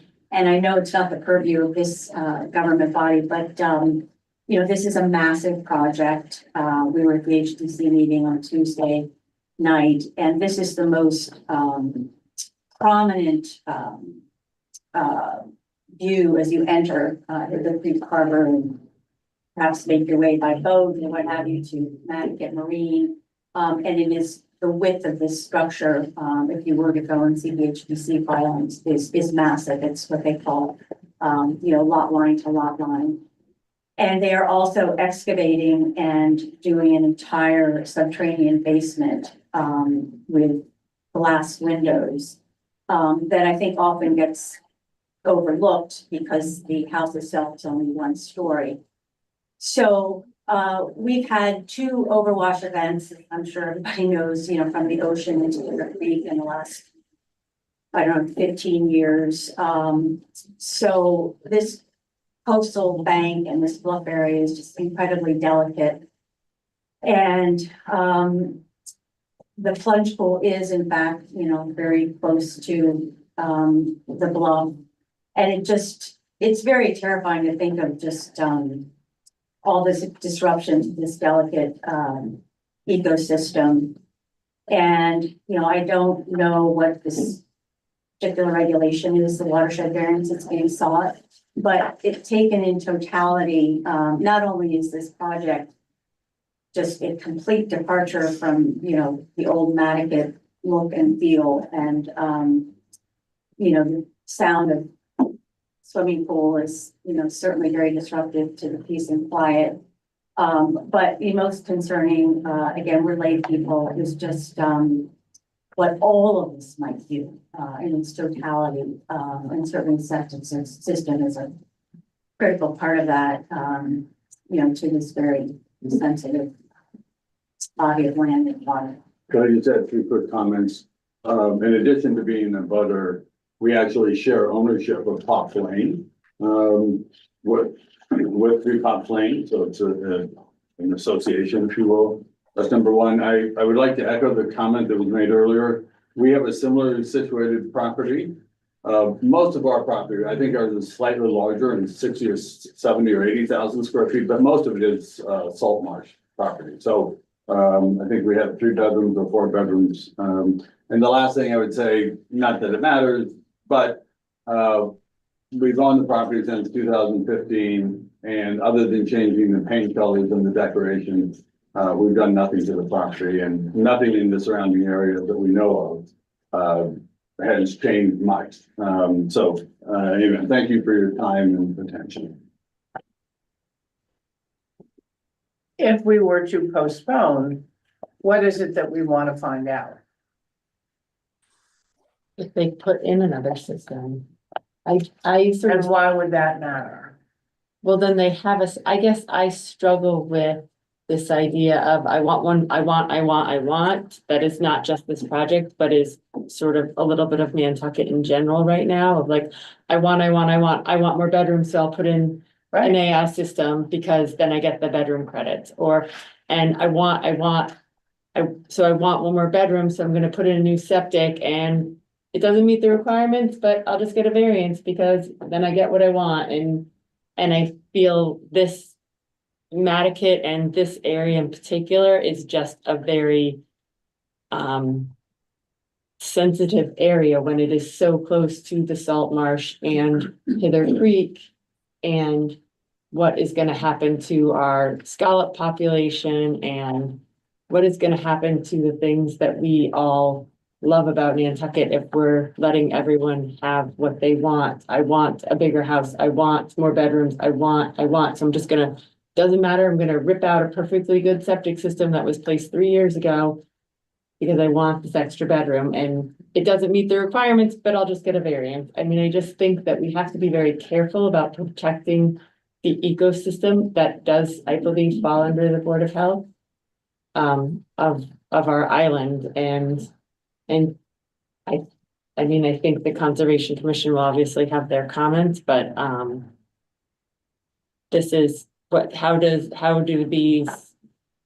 this affect the neighbors where their septic systems are? I know they have town water, so that's not as big of a concern. I don't know if they have irrigation wells or not. There are some irrigation wells that were shown on the plan, but I think So- John confirmed that the system hasn't been replaced. But So if there are irrigation wells and the septic leaks into those, then poop is being into the grass. I mean, I guess it's not my house, but doesn't sound like that's just my. I love everything you said, Meredith, but it also says here in staff recommendations, with that said, this is new construction and should meet the requirements of all regulations without the need for a variance. So I'm almost wondering what right we have to get in the middle of this. Why are you asking for a variance? because there's no way to put even a septic, even if we weren't asking for the additional bedroom, we would be asking for these variances because of the shape of the lot. In order to put the septic system as far away from the creek as is required. So, I see, okay, yeah, okay. But the regulation says that new construction shouldn't have variation. Well, and you wanna wait to see what if the other septic systems. Well, it sounds like they got something, but they can't confirm if it was installed. Well, how will we find, how can you find? I think I feel it wasn't installed. John just confirmed with the records that there's no certificate of compliance, there's no as-built in the records. We didn't see any evidence of it in the field, which we would have seen. I don't think that it's been installed, but again, we're willing so that the board feels more comfortable about this whole thing to ask for a continuance, and I can give you, a letter, extending the 45-day clock from when the application was submitted for you to act. But I just want to again emphasize that yes, I understand things are changing, buildings are getting bigger and that sort of thing, but variances are allowed, when you can prove that, it's not detrimental. And as I've argued several times in the past, as you know, we don't know where these setback variances, the reasons for them. And, the town can't have its own regulations unless they can back up the need for the variances, right? That's always been a question. And the requirements to get a variance are to, demonstrate that the same degree of environmental protection can be achieved, without needing the variance. So we are achieving the same degree of environmental protection, whether or not this lot line is 10 feet away or 50 feet away. It's not going to change anything as far as the impacts to the environment. And again, as I first mentioned, it's an overall improvement. You talk about shellfish and so forth. With the IA, it's a huge improvement over what's there currently. So, I'll leave it at that. Obviously, you're not here to pressure anybody. We have to go to the conservation. We're not under a strict time constraint here. We certainly can continue to the November meeting if that's what you want to do. Malcolm, did you want to say something? For Carrie. Pardon? I don't see Carrie's. Yeah. It says Malcolm McNabb. He's up, his hand is up. Yeah, His but hands up. both of us are up, so, Okay, go ahead. Okay, so. Go for it, Carrie. Well, I'm gonna, that a transfer occurred in 2021 and somehow they managed to not have to change it because pretty much any system always has to be changed out here. So, that just kind of strikes me as bizarro world, but that's one issue. I am concerned about the wetlands. I do see what Don was saying about, the leaching fields are as far as possibly away as you can get them on that property line. But I'm going to go back, and I guess this is kind of, I think where Meredith is coming from too, is that we say we have a reduced nitrogen thing, so we're going to increase the number of people that can be there. So there's just kind of like this net. If we keep doing that, it's not going to keep working. We only got one aquifer, and I pretty much express this almost every variance that we can only do this so much. So I think I would kind of like to see a continuance just to think about this more. And also, did they get by without having to install a system when they were supposed to? I mean, and again, that might be that we screwed up as a health department, somebody somewhere, but we have to pretty much change septic systems whenever there's a transfer in title. If we pull a permit or have any kind of anything happen to our deed, we have to replace the septic system. So, that I'm a little bit concerned about that. I'll stop. Malcolm, are you wanting to speak? Yeah, I have some concerns, but if it's I can make two motions. I can make a motion to continuance. I can make a motion to not accept the variance. So I think it's probably prudent to continue. I need to have I will do that if you wish, Madam Chair. That'd be great. Go ahead. So I move we continue this until November. I second. All in favor, Meredith? Yeah. Yes. Jim? Malcolm? Aye. Carrie? Yes. And yes. Thank you.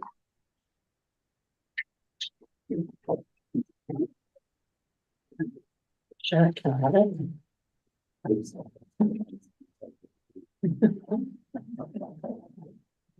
Okay.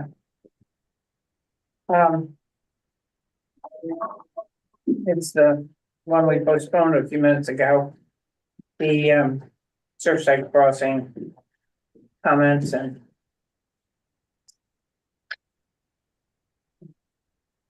I've lost the agenda. Anyway. Discussion on Board of Health Discussion, yeah. comments to Yeah. ZBA for Surfside Crossing. Great, thanks.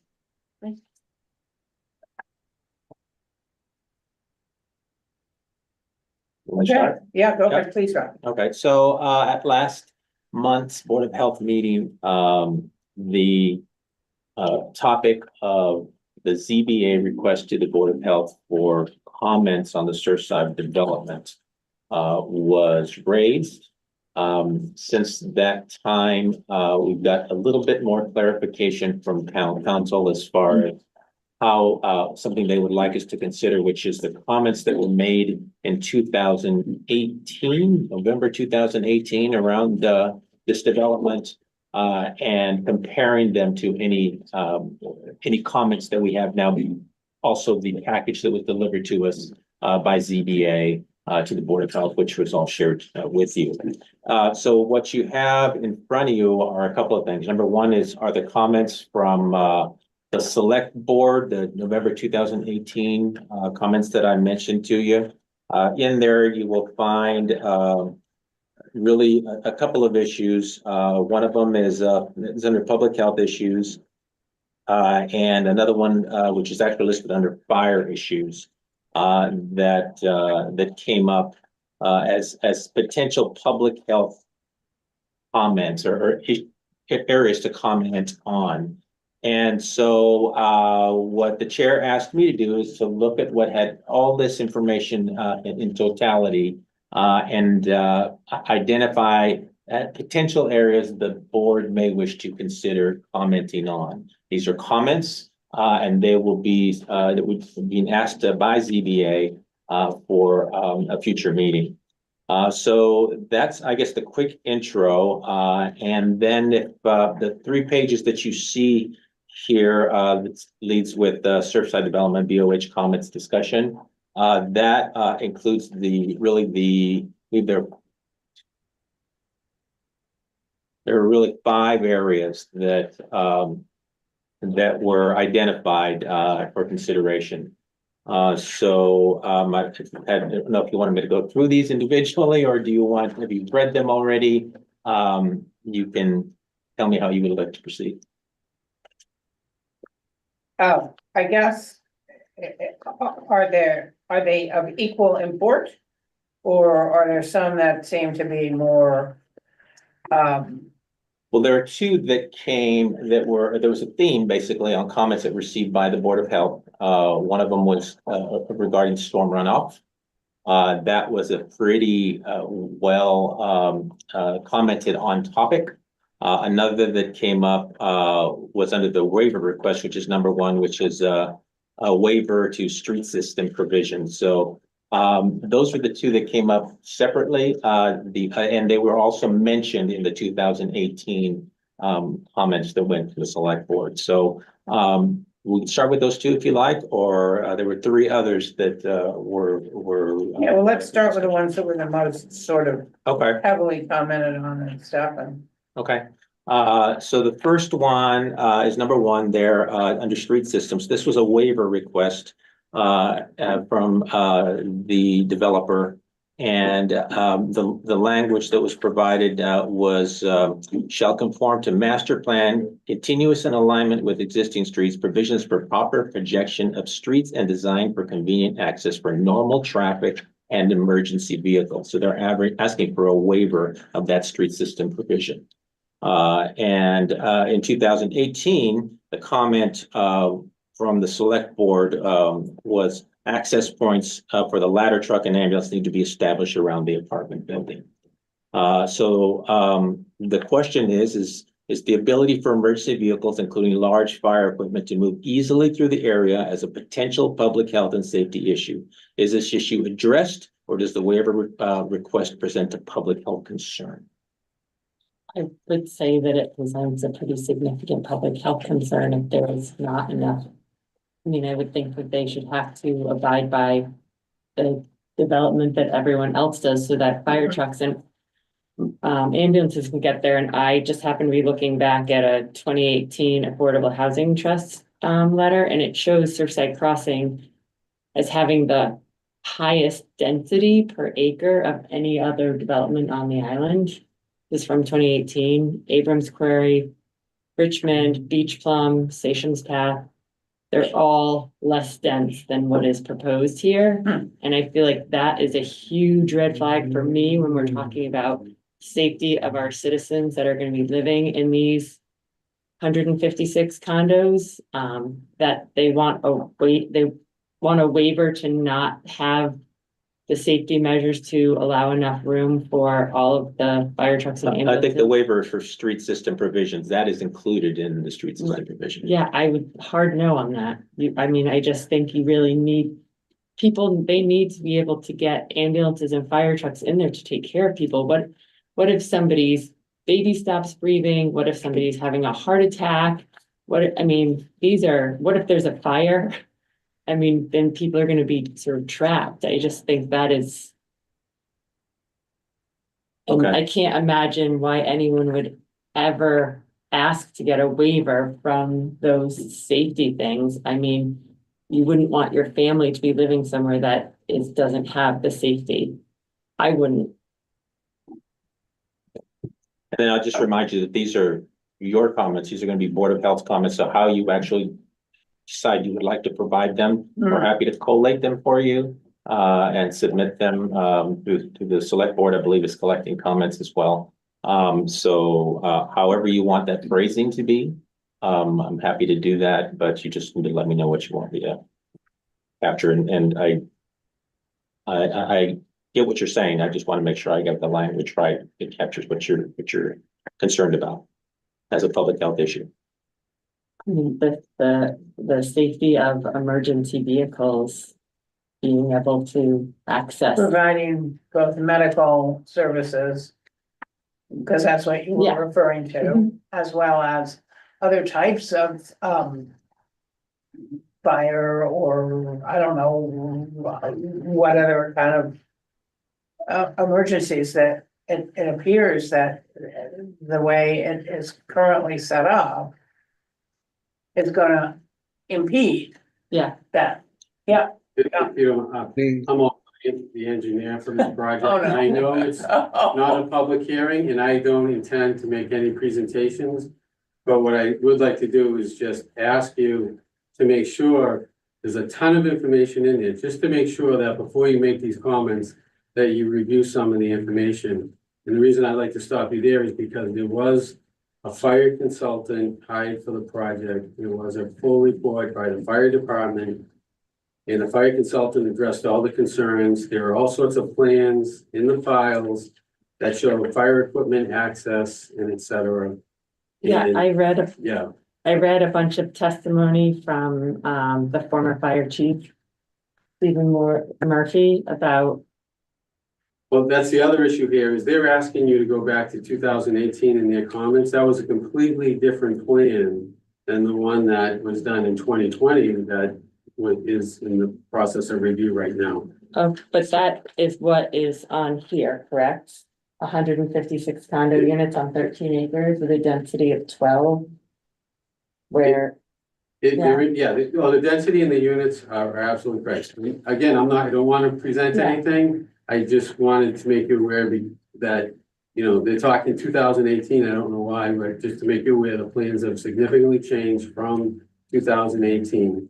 And that there's a lot of information in the file regarding public safety and firefighting. That's all I wanted to say. And all this information has been shared with the board. I think, in looking back at the comment from 2018, access point for the ladder truck and ambulance need to be established around the apartment building. So that was the comment. If that is gonna be done, then but if it's not gonna be done because they're asking for a waiver, then I think that is the question for the board.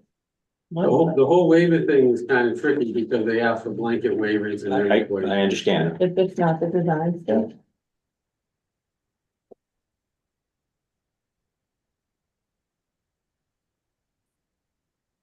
With one access point, Yes, that is the layout. yeah. my question is, are these things based on an approved plan? I mean, all these things you're saying about, there's not room for that, and we think we should change this.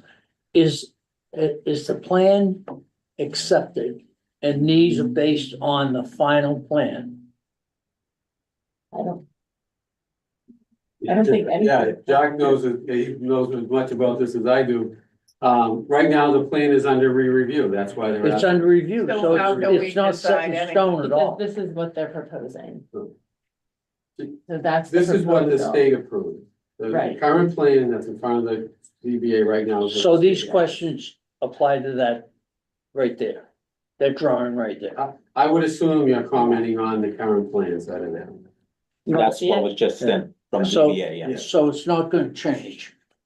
All these Well- answers and all these things we want, we're talking about right now, we think that whether they should change this and change this, it's all based on the whole thing looking exactly like that.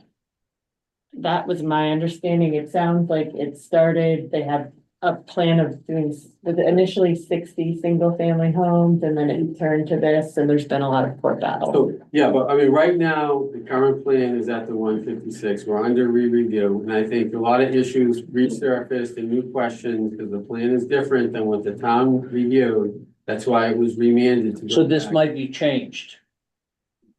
I think the way, yeah, it could be changed, but what they're asking to do is review that plan, so if the ZBA Based on what determines that it you needs to be changed Okay, because of concerns from all the other boards, that's gonna be the discussion. Okay.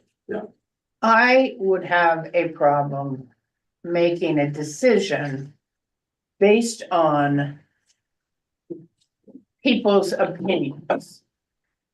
Everybody can say a lot of stuff. I would need to hear from an expert, from the fire department, from EMS, from various, I'm a New Yorker. I lived in very dense housing. They managed to get in to rescue all of us. And so this kind of stuff, even though I'm not sure it's appropriate for Nantucket, doesn't worry me, assuming that the experts in the field say that they can get in and provide the services that are needed. And I don't think that I can make a decision in 2024 until I can hear from people who would be in that position. That's what I do. I don't want to think- just hear from somebody I mean, there, that lives down the street that there doesn't like is it. testimony from the former fire chief talking about the safety concerns, and from, But is that, I mean, what we just talking about, is that the current plan? yeah, That- based that- on this. Based on, Based but on I thought this- the last this comment plan. by these people were made in two I'm thousand correct, eighteen. right? This. I don't know what document you have from the fire chief, but. It's an old, I mean, it's old, but Yeah. it was based on when it was this. I I think this has been going for so That current long. configuration was established in 2020, so I don't know what dates the fire chief. If I could just reiterate that they're asking for comments, okay? So Yes. they're not asking for you to approve anything specifically, but your comments could certainly be along the lines of this needs to be ensured that they have sufficient lanes or for fire trucks to make it through. That is a comment.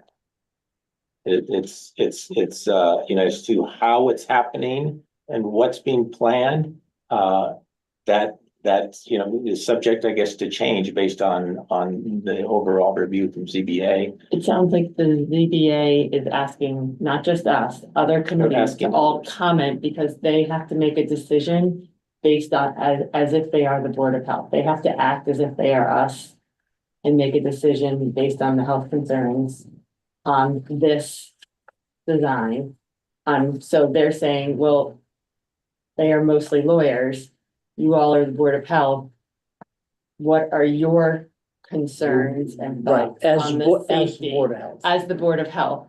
They're not saying what you say goes, they're saying we want what are your concerns and why? Right, they don't So- care if we say the roads are 18 feet wide and they should be 22. That's got nothing to do with us. No, but Could I interject here? Yes, I think we're making this complicated. Whatever the plan is, it's irrelevant. The plan is our statement about fire access and ambulance access. We should support that there's adequate access, and we would support, we'd be very concerned about any variances that were against what our local fire chief said. There's some words like that. It's not complicated. correct. I agree. But I think we need an updated opinion from the fire chief and all.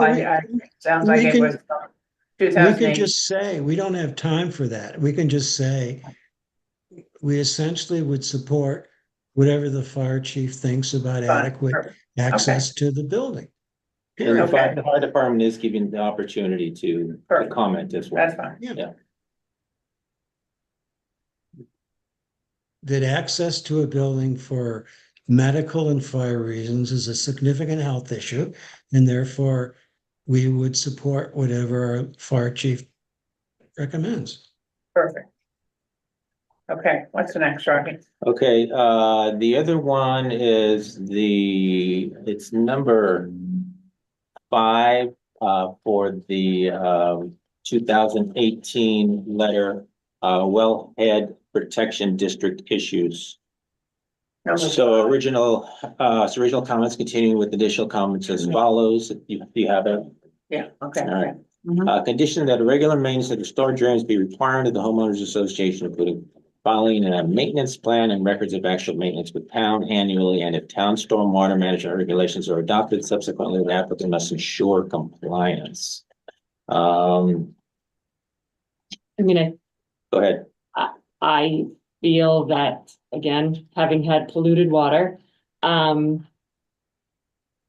this could the stormwater drainage, and this is a very sensitive area. It's a recharge area for the aquifer, I believe.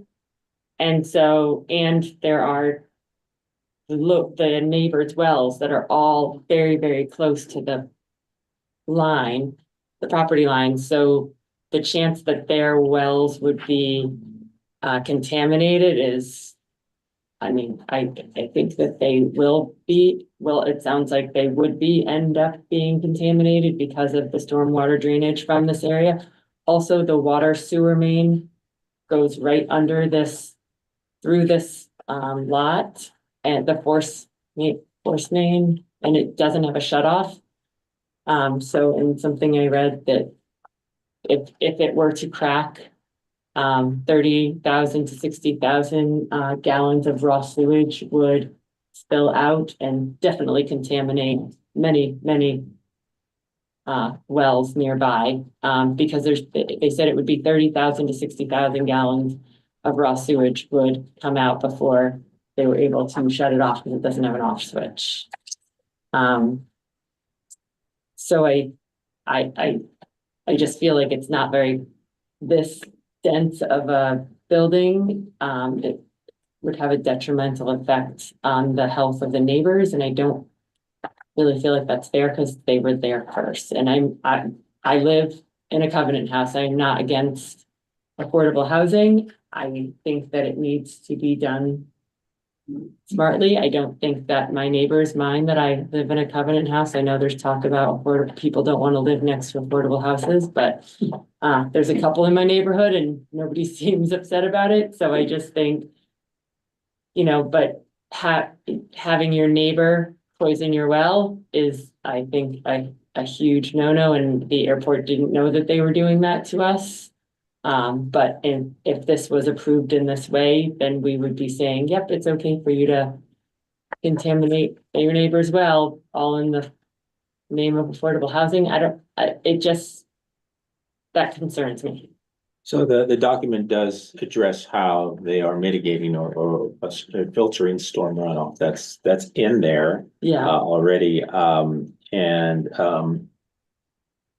So what's also included in what was provided to you is limitations of deep sump and hooded catch basins and oil separators, which you're planning on using. And really, it's just your review to decide whether or not what they are proposing to mitigate storm runoff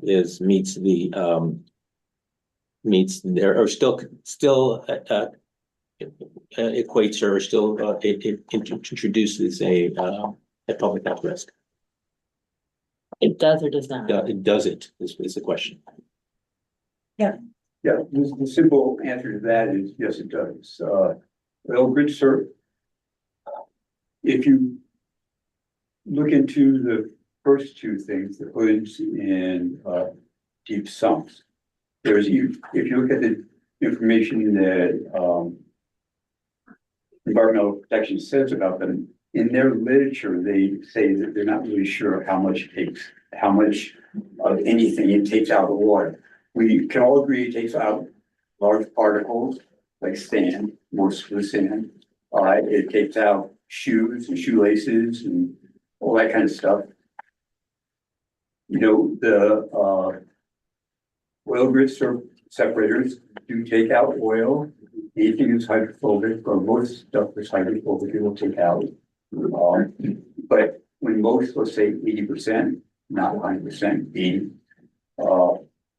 and that's pretty low standards. What it doesn't take out is the 100, 200 other chemicals that are found in parking lots and stuff like that. It just goes right into the aquifer.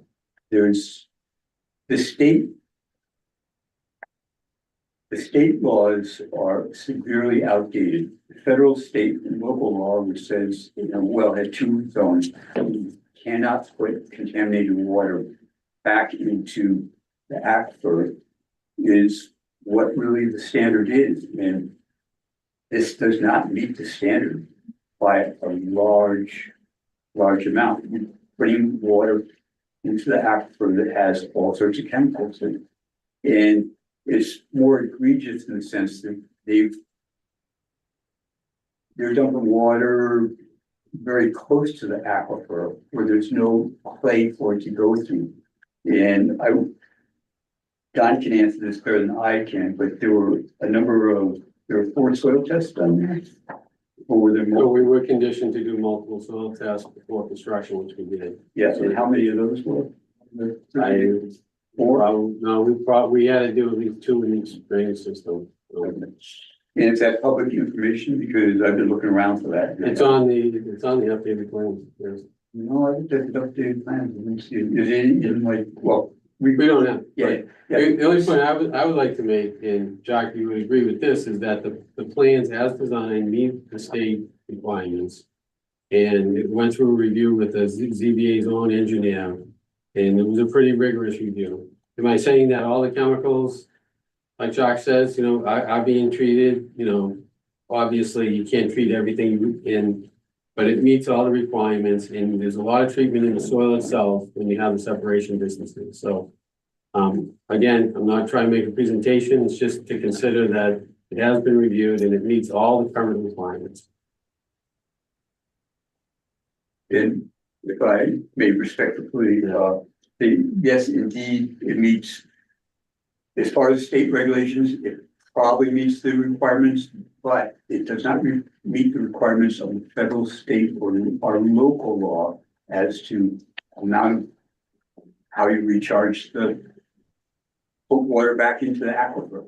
And, you know, really, once it goes to drainage, I'm sorry, what's the big yellow thing called?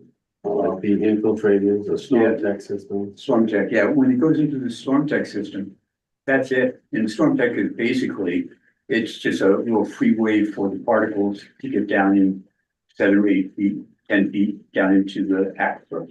Nantucket has very, very high transmission rates of horizontal and vertical water. When you have these big fields, they're taking in huge amounts of water from, you get mounding. And I'm sure we could talk about it a lot, but there's a lot of things wrong with the system. It doesn't take anything, a number of things into, when the engineers reviewed it, I assume that they did for the dry wells or the cavern systems off the roof, they did mounding studies for that.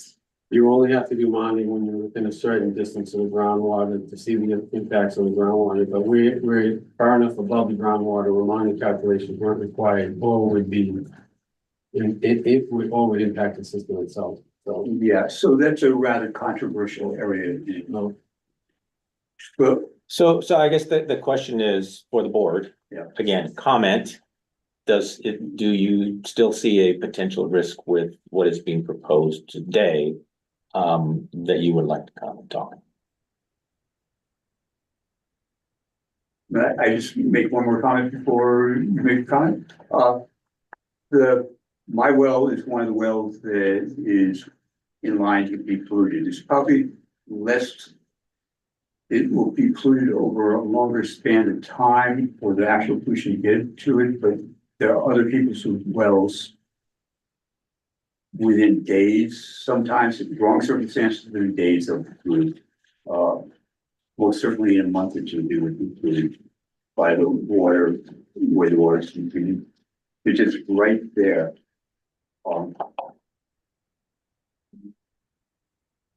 Could I comment? Do we have the opinion of a water specialist? I think Malcolm has a comment as well. Yeah, I can see that. Going Malcolm? back, I'm having a little trouble. And the two people speaking from the board, could they just identify them publicly? Yep, sorry, Jacques Mickey, where Lane? I recognize your voice. And who else? Don Bracken Engineering. Don, are you speaking as a citizen or a representative of someone? I am the project engineer for the development, so I stayed just to be able to answer any questions if the board has or make any clarifications.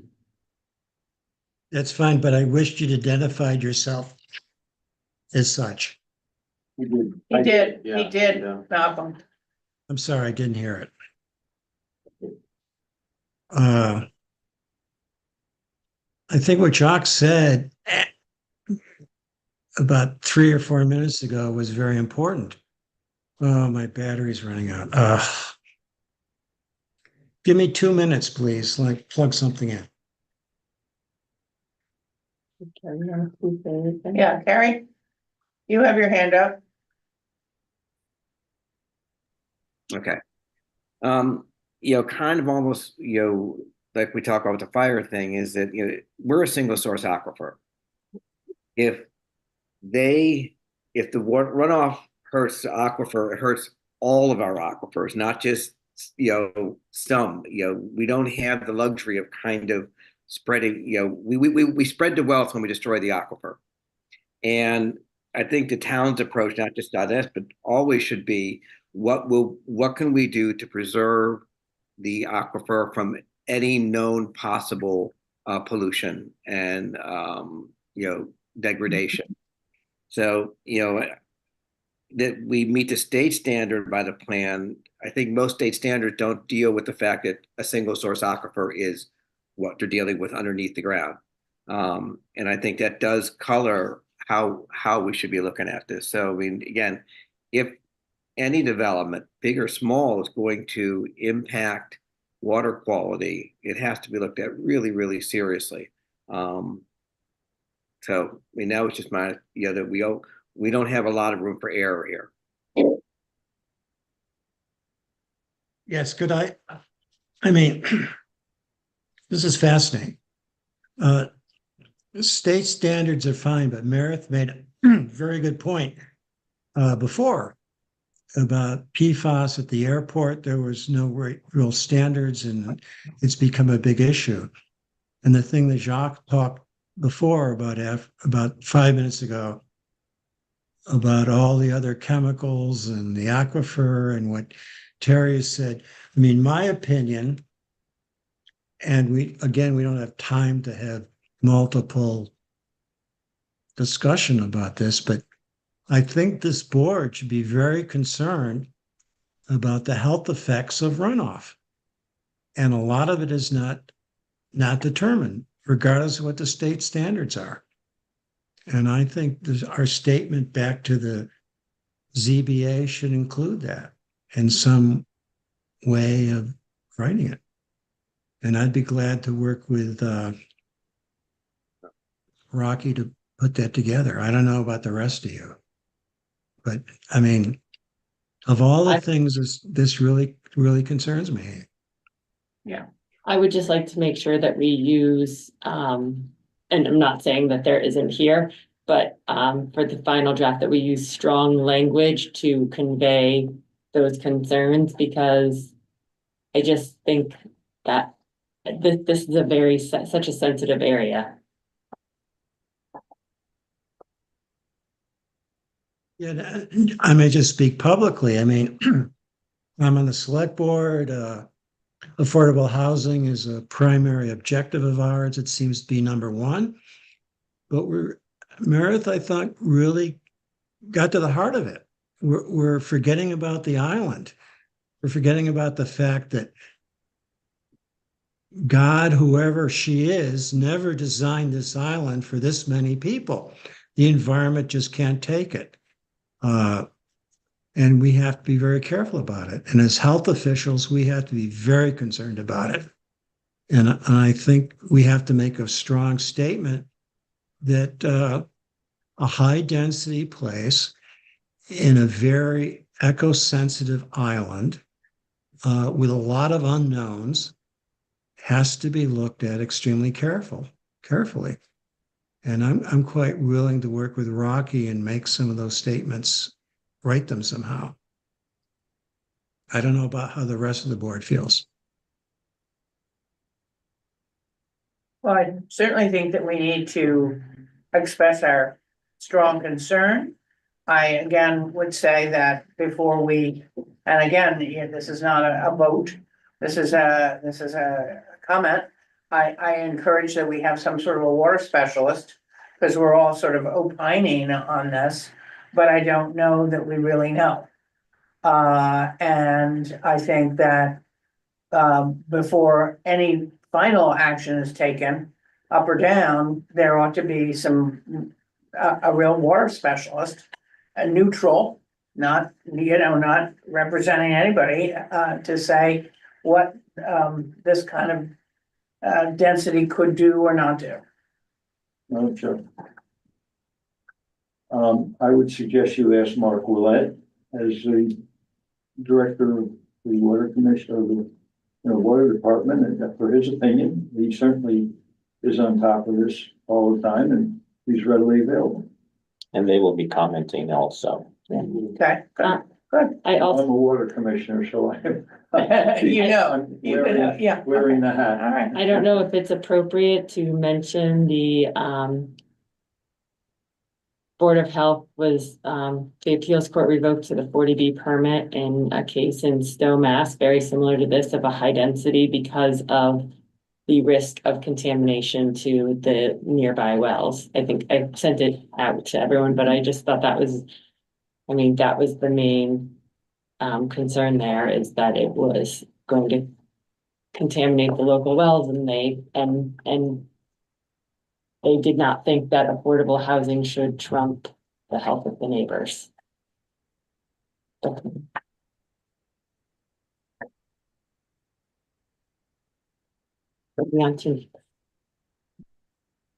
There were actually a couple more. Okay. So one of them was a waive provision of bicycle paths. Sidewalks on both sides of the road are proposed. Commuting with bicycle is a common transportation method in Nantucket. So the question, as posed here, bicycle paths are utilized by motorized bikes and scooters. Would eliminating bike paths from the plan require these common modes of transportation be moved to the sidewalk or pedestrians are located or to the street? Do these scenarios increase the chance of accidents? Is it a public health issue?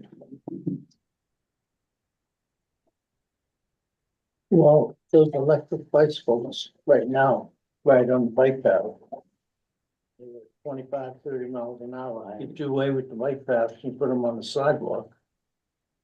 You That's- can't drive, you that's can't the ride a question. bike on the sidewalk. That's the question. So, Well, where would they go? Are they gonna go to the street? Or are they gonna go to the sidewalk? to the street that's not big enough for fire trucks and ambulances. So that's, I guess that's I the guess question. and if you're looking at 156 units, there are going to be, it's near the school, there's going to be. Yeah. 200 bikes. Yeah, Yeah, school staff Actually, as this well might be as. the most dangerous of all. Yeah, and children riding their bike because they can ride their bike there. They wouldn't qualify to be on the bus at that distance. So I would think you would need to have these things. You would, and Yeah, I 100% agree. Of all of these, I frankly think it might be the most dangerous. Okay. This is the one where you're really gonna have a fatality. You know, Carrie, that, you know, the other thing, could we just simply say that we don't think that the provision for bike path should be waived? I mean, you know, there is a provision for them, and what they're asking is, can they not do that? I guess we can just say for safety reasons, but I think this is pretty straightforward that we think they shouldn't receive a waiver for bicycle path, to not do a bicycle path. That is a comment, so you certainly make that comment. Yeah, I guess we can say that we're opposed to waiving the. Yeah, the bicycle path.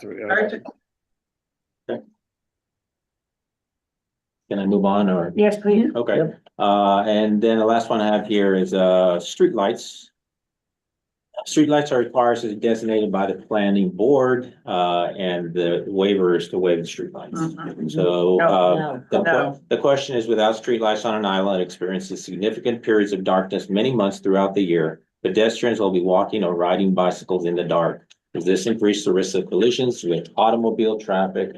And is it a public health issue? yes, Yes, it is. It's dangerous. we're gonna have kids riding their bikes home from To not have practice and. The heck with not having keep street lights. That's what we're Right, saying. That's what we're saying. That's what we're saying. I agree, even though I have nothing to say. No, we're saying that, yeah. I'm just smiling at it. Comment. Keep street. But then the lighting people are gonna make sure that they're the right kind, you know, they can't be too bright and they can't go up in the air. And they have to dim at 10 o'clock at night. Don't forget, you gotta have the right kind of street.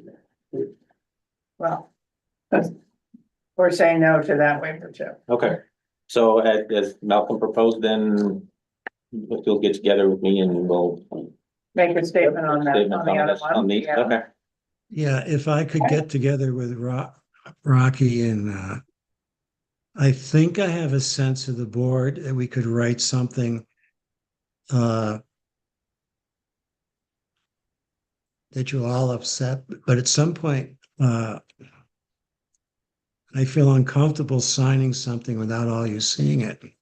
But then we have to have another meeting, right? I don't know the answer to that. We do. Yeah. And just so that you are aware that, select board is asking for comments earlier than CBA. So October 29th is the date that I was given. So, says that it's a consideration for the board. So could we meet next week sometime? Can we Next have week, like a short I meeting? would suggest, Can we do it by Zoom? yeah, we can do it by Zoom, but we have to make we have to post it. Yeah, I don't think we can do it. Next week is hell for me, but the week of the 28th, when did the week of the 28th? They're requesting by, the 29th, Malcolm, which I think is a Tuesday. And they have to Yeah, put it in then they want to review it. Well. Yeah. We have to have 7 days warning for post a meeting. 48 hours.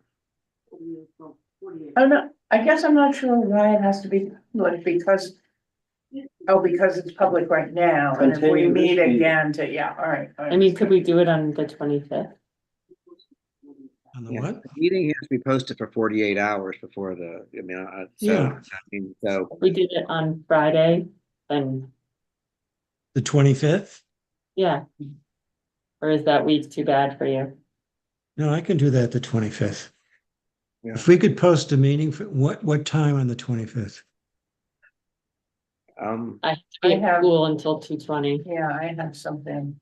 The 24th would be better for me. I mean, for me, either of those days work anytime, so, people with obligations. 24th is Thursday, right? Yeah. Would that work for you, Meredith? Yeah, it's on. 24? After 2:30. Yeah. So why don't we post a meeting for the 24th? One agenda item. Review of letter to the CBA. And Rocky and I will find some time before then to draft something. Okay. And it'll be a Zoom meeting. We can set it up that way so that everyone can join. What time? Did you have a time? What time? It has to be 2:30, Meredith says. Could it be at 3:00? Okay, by me. 3:00. 3 o'clock with me. Okay. And hopefully it'll be about 10 minutes. Yeah. Because what I'll do is I'll say things like, well, I'll think about it. All right. Being here. Zoom. No, Zoom. Zoom. Oh, Zoom. Oh, okay.